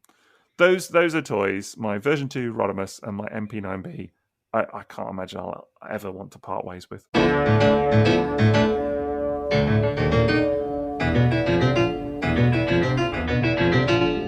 So, the other thing just to mention on MP9 Rodimus before we wrap up is that it was actually, in some ways, the first sort of the new kind of reboot, wasn't it? Because I think a lot of people credit this to MP10 Convoy. Because that was the kind of poster child, if you will, of the new MP era. But actually, the funny thing with that is that it was designed to fit around MP9. So you could argue, I think, that, and we're including MP9 in the kind of old guard, golden years here for this discussion. But in some ways, it is designed to fit with the new MP toys as well. All the Hasui toys and that era, which I just find really fascinating because people kind of forget about it a bit. Someone mentioned the handshake. Well, there was the handshake. No, the handshake is a very literal, like, crossing of the guard, isn't it? It's handing it over. Yeah, there was from the old generation. Yeah, the old handshake picture of Optimus and Rodimus, wasn't there? Yeah. Because whilst, like you're saying, Rodimus does feel like, M10 was built around him, so he does feel like part of the new generation. He still also feels like the old one at the same time, doesn't he? It's a real crossover. That's how I think most people would qualify him as the old masterpiece. Because, like you say, most people do just go from MP10, but that handshake was it's a very literal passing the torch. It really was. Yeah, it's very, very funny. So, but yeah, end of an era in many ways, but beginning of a new one, I guess. It was really nice to discover MP9 years after all of the disappointment and the vitriol about it, because I felt like I went into it with the expectations that this is just going to be a shocker, and it was an absolute revelation. And it left an effect that I still feel, years later, about how good that toy is. And I hear the criticism, and it's completely justified. You pay that much for a toy and it breaks on you immediately, that's going to leave a sour taste forever. And why would you take another chance on it? And then people did and bought a V2 and that broke too. So can completely understand the negative feelings. But if you've ever been curious about MP9, just go for it, man. It won't let you down, especially not with a V3, I guess. The price was pretty high as well, wasn't it? It was one of the first ones where the price really seemed to shoot up, and it did seem like a barrier for a lot of people. It did, and I think as well that worked against it in that it automatically put quite a few people's noses out of joint almost in that sort of sense. And then it just got worse on the second-hand market as well, because having one that wasn't broken was, a rarity. I'd actually, I think anybody curious about Rodimus today, and there are people, I mean, I post pictures now of it in lineups with other Masterpiece toys, more modern Masterpiece toys, and a lot of people will comment and say, whoa, what's that Rodimus? Because it's almost like been forgotten about. But I would say anybody curious about it today, if they wanted to pick it up, maybe just find an open one, I mean, actually, I think the first version that I had fixed, quote unquote, the guy that bought it, I remember, said to me, I know I wanted a fixed one. I wanted one that I knew someone had done it, to, and that it was all, I didn't have to worry about that stuff. So, either find one that someone has fixed, or just find one that someone says this is perfect, and maybe job's a good one. It is amazing to me with these two in particular, Grimlock and Rodimus, how if Takara go back and redo them, as they probably will at some point, I wouldn't say they'd be better. I can't see how they would be better. I can just imagine they'll just be different. Because those two in particular do everything so perfectly, other than the QC on Rodimus, obviously. But they realise exactly what they're going for perfectly. And so any other attempt will just be a different spin on it, rather than being something like an improvement or better. It would just be different. I think it's like you said, Sixo, if there had been no problems with the QC of Rodimus, it would still be considered the promised land. Yeah. I think so. All we need is a little energon and a lot of luck. Well, that's probably enough time talking about old Masterpiece toys, isn't it? And I think we've pretty much concluded which was top and which was not. I think there wasn't too much debate coming out of that as to which toys we liked and which we didn't. Fair to say.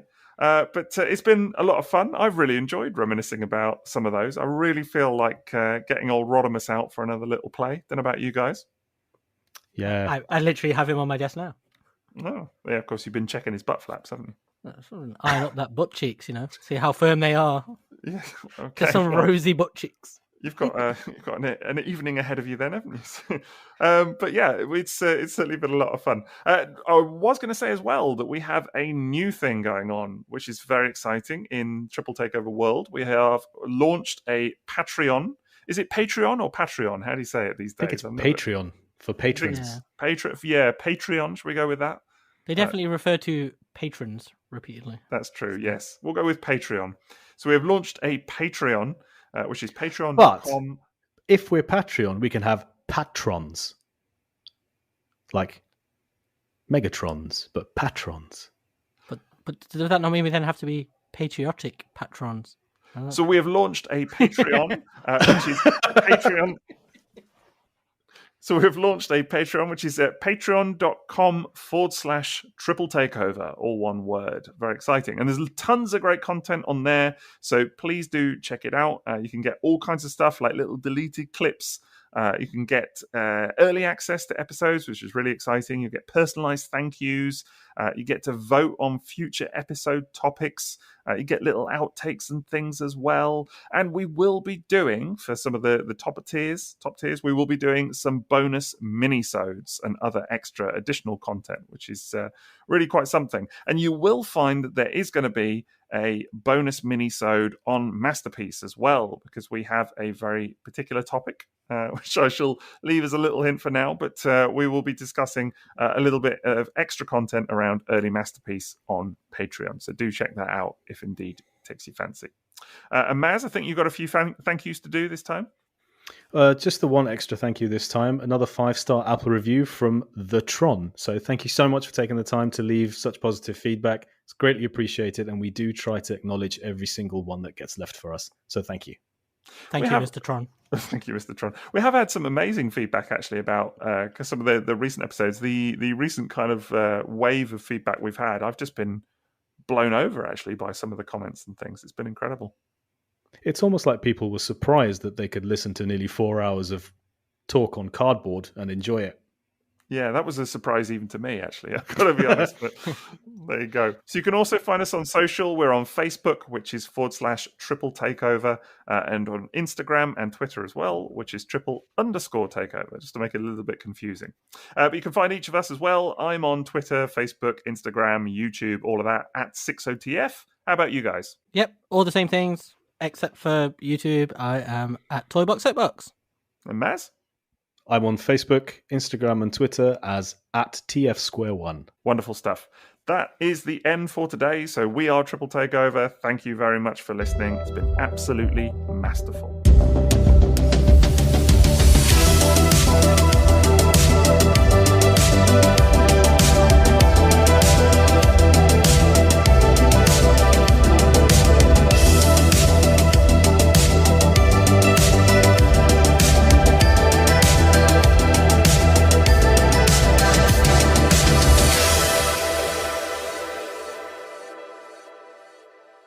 Autobots, transform and roll out.